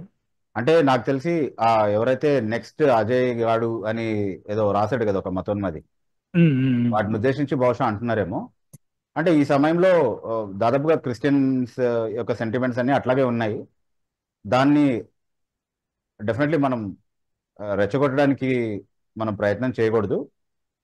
ఎందుకంటే ఏం జరిగిందో మనకు తెలియదు కాబట్టి, ఇంకా ఏం జరిగిందో తెలిసిన తర్వాత కూడా చట్టపరమైనటువంటి చర్య కోసమే మనం ఒత్తిడి తీసుకురావడానికి మన సమర్పణ చూపించాలి.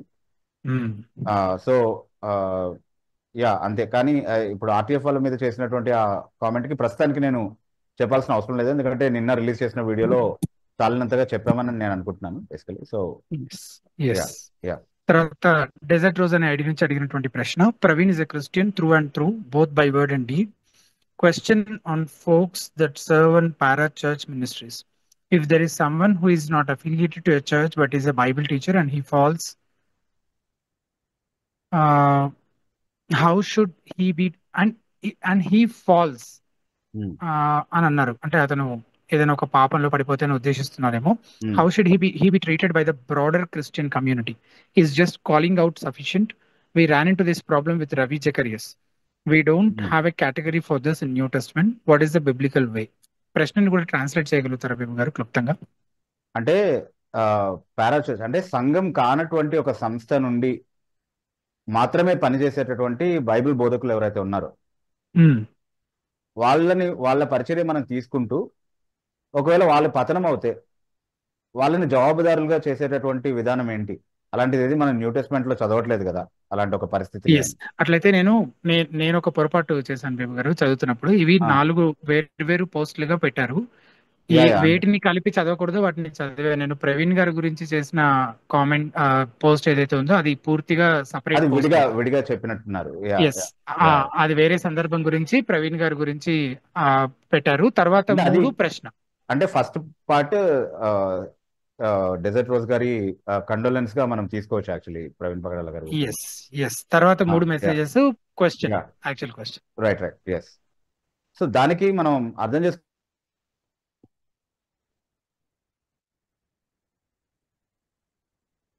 కూడా, ఎందుకంటే అది మాత్రమే జవాబుదారీతన ఎన్షూర్ చేసేటటువంటి విధానం మనం న్యూ టెస్ట్మెంట్ లో చదివేటప్పుడు.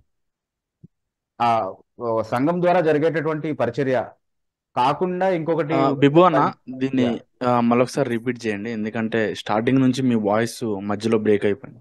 స్టార్టింగ్ నుంచి కొన్ని సెకండ్లు వినపడలేదు. Okay, I'm sorry. ఓకే, అంటే ఇక్కడ ఈరోజు నా ఆడియోలో కొంచెం ఇష్యూస్ ఉన్నాయి basically. Yeah, I audible now? Yes okay yes okay okay. So అదే నేనేం చెప్తున్నాను అనంటే, సంఘం ద్వారానే జవాబుదారితనం అనేది నిర్ధారించబడుతుంది, అంటే ఎస్టాబ్లిష్ ఎన్ష్యూర్ చేయబడుతుంది అనేది కొత్త నిబంధన నేర్పించేటటువంటి విధానం బేసికలీ. అందుకే సంఘం ద్వారానే పరిచర్యలు అన్నీ చేశారు. ఇప్పుడు అపోస్తలు ఎవరైతే ఉన్నారో, పౌలు కావచ్చు, బర్నబా కావచ్చు, పౌలు, శీల, వీళ్ళు బయటకు వెళ్ళినప్పుడు ఒక సంఘం ద్వారా పంపించబడి వాళ్ళు వెళ్ళి పని చేసుకుని వచ్చి మళ్ళీ ఆ సంఘంలో రిపోర్ట్ చేసినట్టుగా మనం చూస్తా ఉన్నాం. వాళ్ళు ఏం చేస్తున్నారు అనేది సంఘానికి తెలుసుంది. అంటే they submitted themselves to that institution of the church. ఆ సంఘం అనేటటువంటి ఆ వ్యవస్థకి కట్టుబడి వాళ్ళు పనిచేసినట్టుగా మనం చూస్తా ఉన్నాం. అది ఊరికనే కాదు, అది రాయబడింది. అలాంటి ఒక దీనికి వెలుపల ఇంకొక కేటగిరీ మనం చదవట్లేదు. అంటే కేవలం ఒక సంఘేతరమైనటువంటి ఒక వ్యవస్థ ద్వారా, పారాచర్చ్ ఆర్గనైజేషన్ ద్వారా పరిచర్య జరగడము అనేది మనం ఎక్కడ చూడట్లేదు వాక్యంలో అని సిస్టర్ గారు చెప్పడము, సిస్టర్ ఆర్ బ్రదర్ అంటే డెజర్ట్ రోజ్ అనే ఐడి నుంచి మాట్లాడుతున్నటువంటి వారు చెప్పడము, what it really signifies is that there is no such a category which the Bible recognizes actually. Bible recognize చేసేటటువంటి మినిస్ట్రీస్ స్కోప్ లో అవి రావు అనేది మనం గుర్తుంచుకోవాలి. అందుకే ఏ పరిచర్య అయినా, అంటే ఇప్పుడు ఒక పరిచారకుడిని మనం పిలిచి అతని సేవలు మనం తీసుకునే కంటే ముందు అతను నిజంగా ఒక సంఘం ద్వారా పంపబడ్డా, ఒక సంఘానికి జవాబుదారీగా ఉన్నాడా, అతను చేసేటటువంటి పనులు సంఘానికి తెలుసా, ఆ సంఘం అతని కోసం ప్రార్థన చేసి అతను చేసేటటువంటి ఆ పనుల్ని ఆమోదిస్తుందా లేదా అన్నటువంటి విషయంలో మనం క్లారిటీ కలిగి ఉండాలి ఖచ్చితంగా. అలా లేకపోతే అతను ఎంత తలాంతు కలిగినటువంటి వ్యక్తి అయినా సరే అతన్ని మనం అంగీకరించకూడదు. ఎందుకంటే there is no way you can hold him responsible. తర్వాత కరెక్ట్ గా ఎగ్జాంపుల్ తీసుకున్నారు, రవి జకరియాస్ కి జరిగినటువంటి అదే పతనం జరిగేటటువంటి అవకాశం ఉంది. అతను నెత్తికెక్కించుకున్నారు, అంతా వాడుకున్నారు. తర్వాత మన క్రిస్టియన్ కమ్యూనిటీకి ఫేస్ ఇతనే అన్నంత బిల్డప్ ఇచ్చారు అతనికి. అతనికి ఒక చర్చ్ లేదు, ఒక అకౌంటబిలిటీ సిస్టమ్ లేదు, ఏమీ లేదు. అతను పతనమైనప్పుడు ఏమైంది? అతని ద్వారా వచ్చినటువంటి రెప్యుటేషన్ అంతా కూడా దాంతో పాటు పాడైపోయింది కదా. So it is a very harmful precedents, అంటే which we are trying to set when we don't stick on to this principle of ministry through church only. సంఘం వెలుపల పరిచర్య అనేది ఏమీ లేదు, సంఘం ద్వారానే దేవుడు కార్యం చేస్తాడు. దేవుడు యేసుక్రీస్తు ప్రభు తన సంఘాన్ని కట్టడానికి వచ్చాడు, అప్పుడు ఆ సంఘం ద్వారానే కార్యం చేస్తాడు అన్నటువంటి విషయాన్ని ఖచ్చితంగా మనం గుర్తుపెట్టుకోవాలి. Okay, so that's how it is brother Ashok. yes brother. తర్వాత జీసస్ ఇస్ మై లైఫ్ అనే అడిగించి అడిగిన ప్రశ్న. One question for my side. In the old testament sacrificial giving for sins, each person should give one sheep or someone else or some else. Literally, how it's possible to manage at altar, in temple or tabernacle?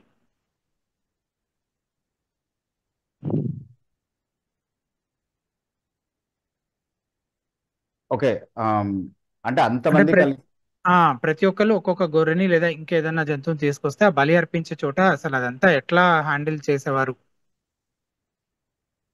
Yeah, so that is a question. But యాజకులు నిత్యం ఆ పని చేస్తున్నారు. Actually మనము బలి అర్పణల గురించి అవి అదేంటి ఆల్టర్ మీద, బలిపీఠం మీద నిత్యము మండుచూ ఉండేవి బలి అర్పణలు అన్నటువంటి మాటలు మనం చూస్తా ఉన్నాం. అంటే పర్పచువల్ గా అవి మండుతూ ఉండడానికి కారణం అదే. కాన్స్టెంట్లీ ఎవరో ఒకళ్ళు బలి అర్పణ తీసుకొచ్చి ఇచ్చేటటువంటి వాళ్ళు ఉంటారు కాబట్టి అది చేయగలిగారు. అంటే చాలా మంది అర్పించినప్పటికీ కూడా ఒకటి తర్వాత ఒకటి అర్పించడము అనేది, they probably had some system by which they weighted you know until they finished of.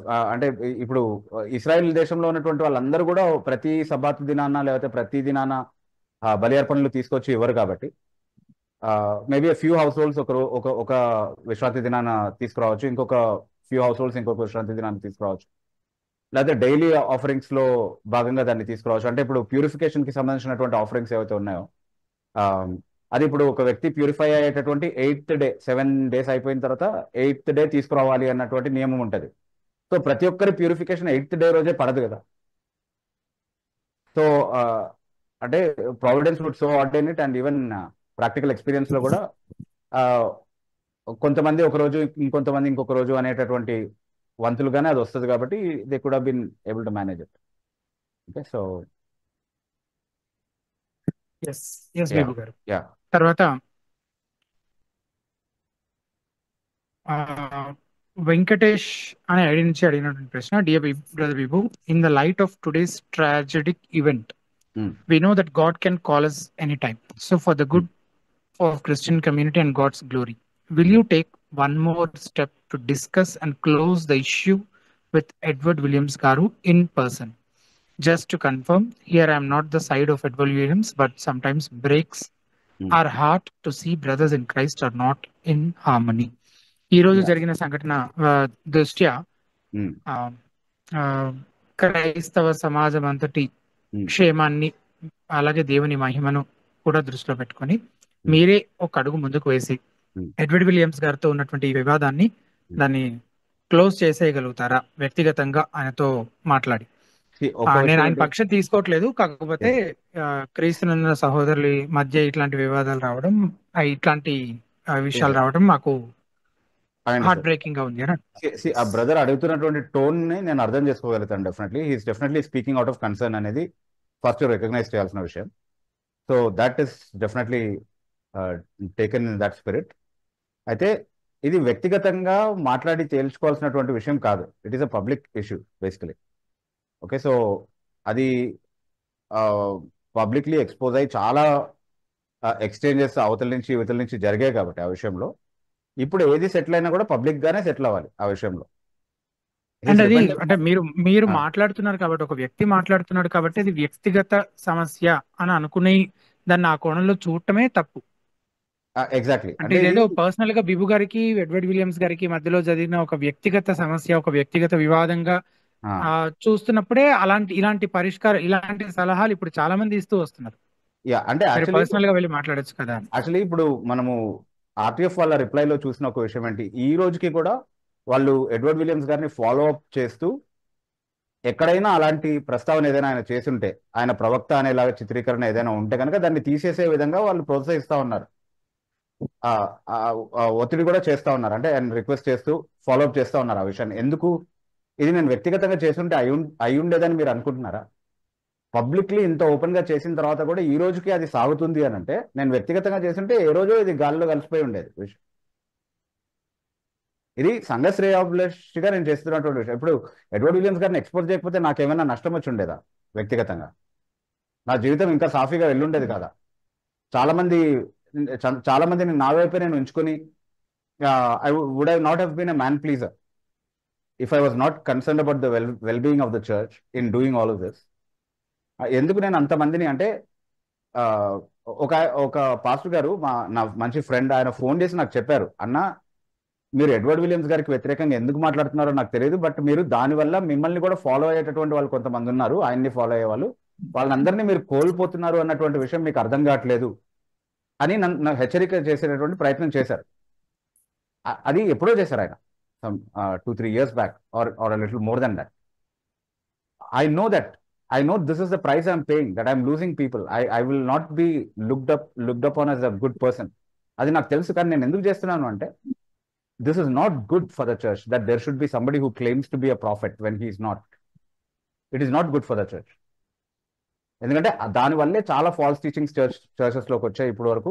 దానివల్లే ఒక వ్యక్తి చాలా మందిని కంట్రోల్లో ఉంచుకోవడం, అంటే దేవుడు నాతో మాట్లాడతాడు కాబట్టి నేను చెప్పినట్టు మీరు వినాలన్నటువంటి కంట్రోల్ ఎక్సర్సైజ్ చేయడం లాంటి ఆ కల్టిష్ ఇన్స్టెన్సెస్ అన్ని చర్చ్లోకి రావడానికి ఇట్లాంటి సూపర్స్టిషన్సే కారణం. కాబట్టి అది ఎక్కడ కనిపించినా నేను మాత్రమే కాదు, brother Venkat is the name right, Venkatesh brother Venkatesh గారు, అది నేను మాత్రమే కాదు, మీరు కూడా బాధ్యతగా ఆలోచించాల్సినటువంటి విషయం. అంటే should we turn a blind eye to whatever happens in the church and should we only talk privately about an issue which impacts the public at large అనేది మీరు కూడా ఆలోచించాల్సినటువంటి విషయం. కాబట్టి ఆ సజెషన్ ఇచ్చే ముందు నేను ఎందుకు చేస్తున్నాను అనేది కొంచెం పెద్ద మనసు చేసుకొని మీరు కూడా ఆలోచించండి అనేది నా విజ్ఞప్తి.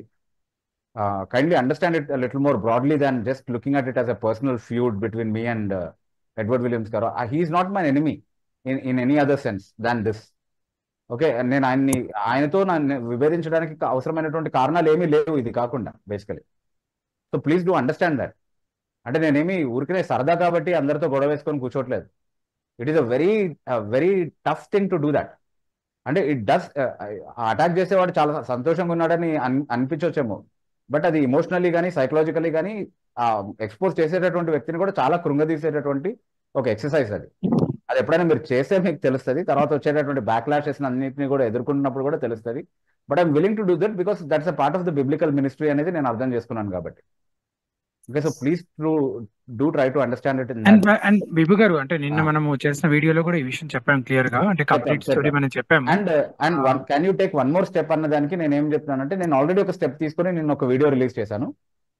అంటే మనము అసలు యాక్చువల్ గా ఈ స్టోరీ స్టార్ట్ అవ్వటమే ఎడ్వర్డ్ విలియమ్స్ గారితో పర్సనల్ గా మాట్లాడటంతో కాదా విభు గారు స్టార్ట్ అయింది? అవ్వదు బ్రదర్. నాకు ఒకటేంటంటే, మన బ్రదర్స్ ఇన్ క్రైస్ట్ తో మీరు ఇట్లా డీల్ చేయడము అన్నటువంటి ఒక విషయాన్ని ప్రస్తావించారు. ఐఎమ్ సారీ, టైం అవుతున్నప్పటికీ నేను దాన్ని ప్రొలాంగ్ చేస్తున్నాను. బ్రదర్స్ ఇన్ క్రైస్ట్ అనేటటువంటి ఒక విషయాన్ని నేను ఈ రోజున్న పొజిషన్ లో ఎడ్వర్డ్ విలియమ్స్ గారిని నా బ్రదర్ ఇన్ క్రైస్ట్ అని నేను అనుకోవట్లేదు. I hold on to my conviction that is a false profit. ఆయన బ్రదర్ ఇన్ క్రైస్ట్ అని ఎట్లా ట్రీట్ చేయమంటారు నన్ను? నేను దాన్ని అంగీకరించడానికి సిద్ధంగా లేను. Okay, so basically you are speaking from a position which I do not hold for Edward Williams గారు.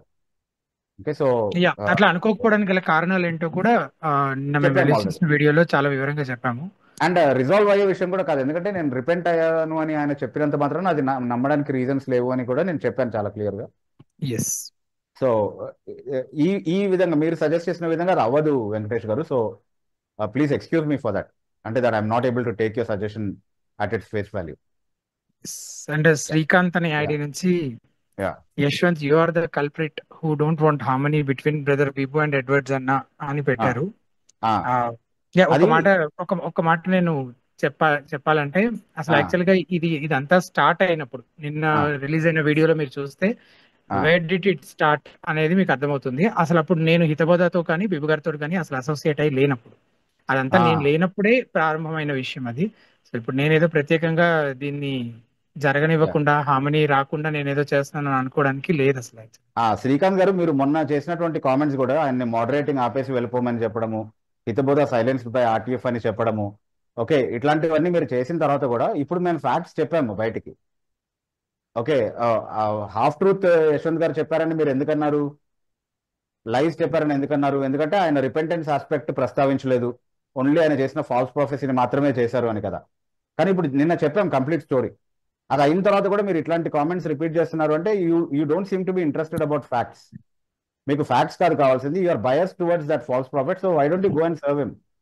అది మేము ఫస్ట్ ఇన్స్టెన్స్ నుంచి మీకు చెప్తా ఉన్నాం కదా. Okay, we're not really interested about convincing people here. తర్వాత విజయ్ రాయుడు అనే ఐడి నుంచి అడిగినటువంటి ప్రశ్న, ఎక్సోడస్ 23:19 లోని రెండో భాగాన్ని వివరించమని అడుగుతున్నారు. మేకపిల్లను దాని తల్లి పాలతో ఉడకపెట్టకూడదు.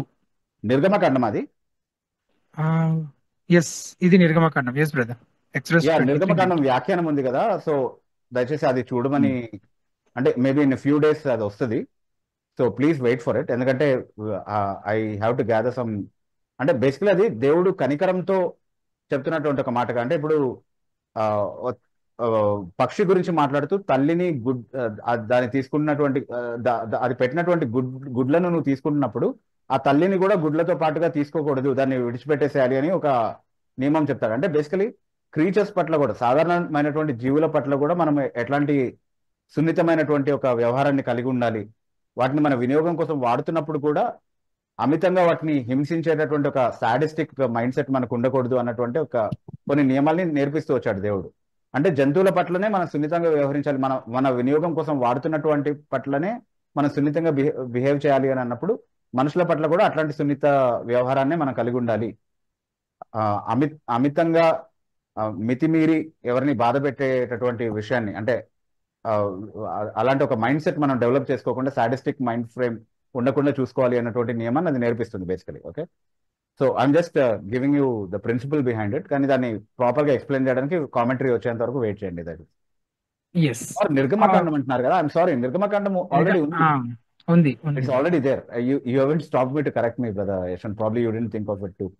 నేను లైవ్ చాట్ లో ఉన్న మిగిలిన క్వశ్చన్స్ మనకి మిగిలి ఉన్న టైం దాని గురించి ఆలోచిస్తాను. ఓకే, సో అది ఉంది ఆల్రెడీ. అది మీరు ఒకసారి దయచేసి చూడండి, మీకు అది ఇంటర్మీడియట్ హితబోధ.com అనే వెబ్సైట్ లో నిర్గమకాండం 23:19 కి కామెంటరీ మీకు ఆల్రెడీ ఉంది.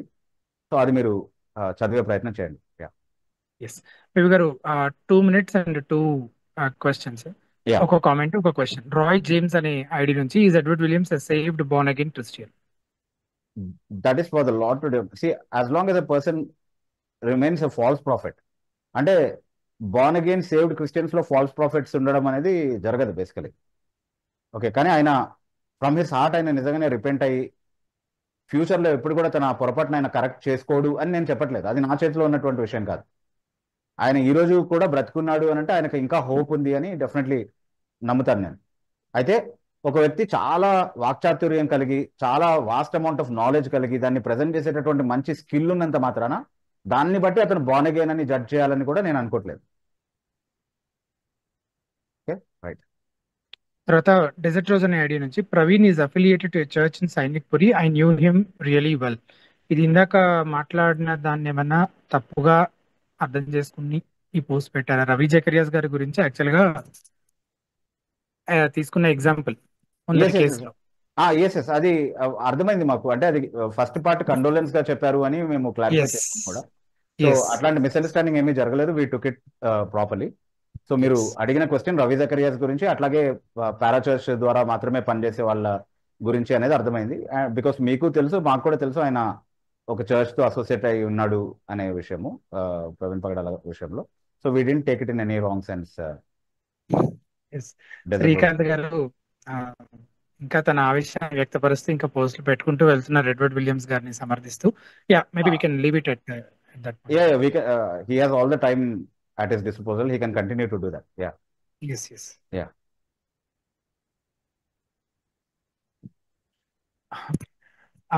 ఇంతటితోటి మనం ఈరోజు ఈ కార్యక్రమాన్ని మనం ముగించుకోబోతున్నాము. కొన్ని క్లుప్తమైన ప్రకటనలు.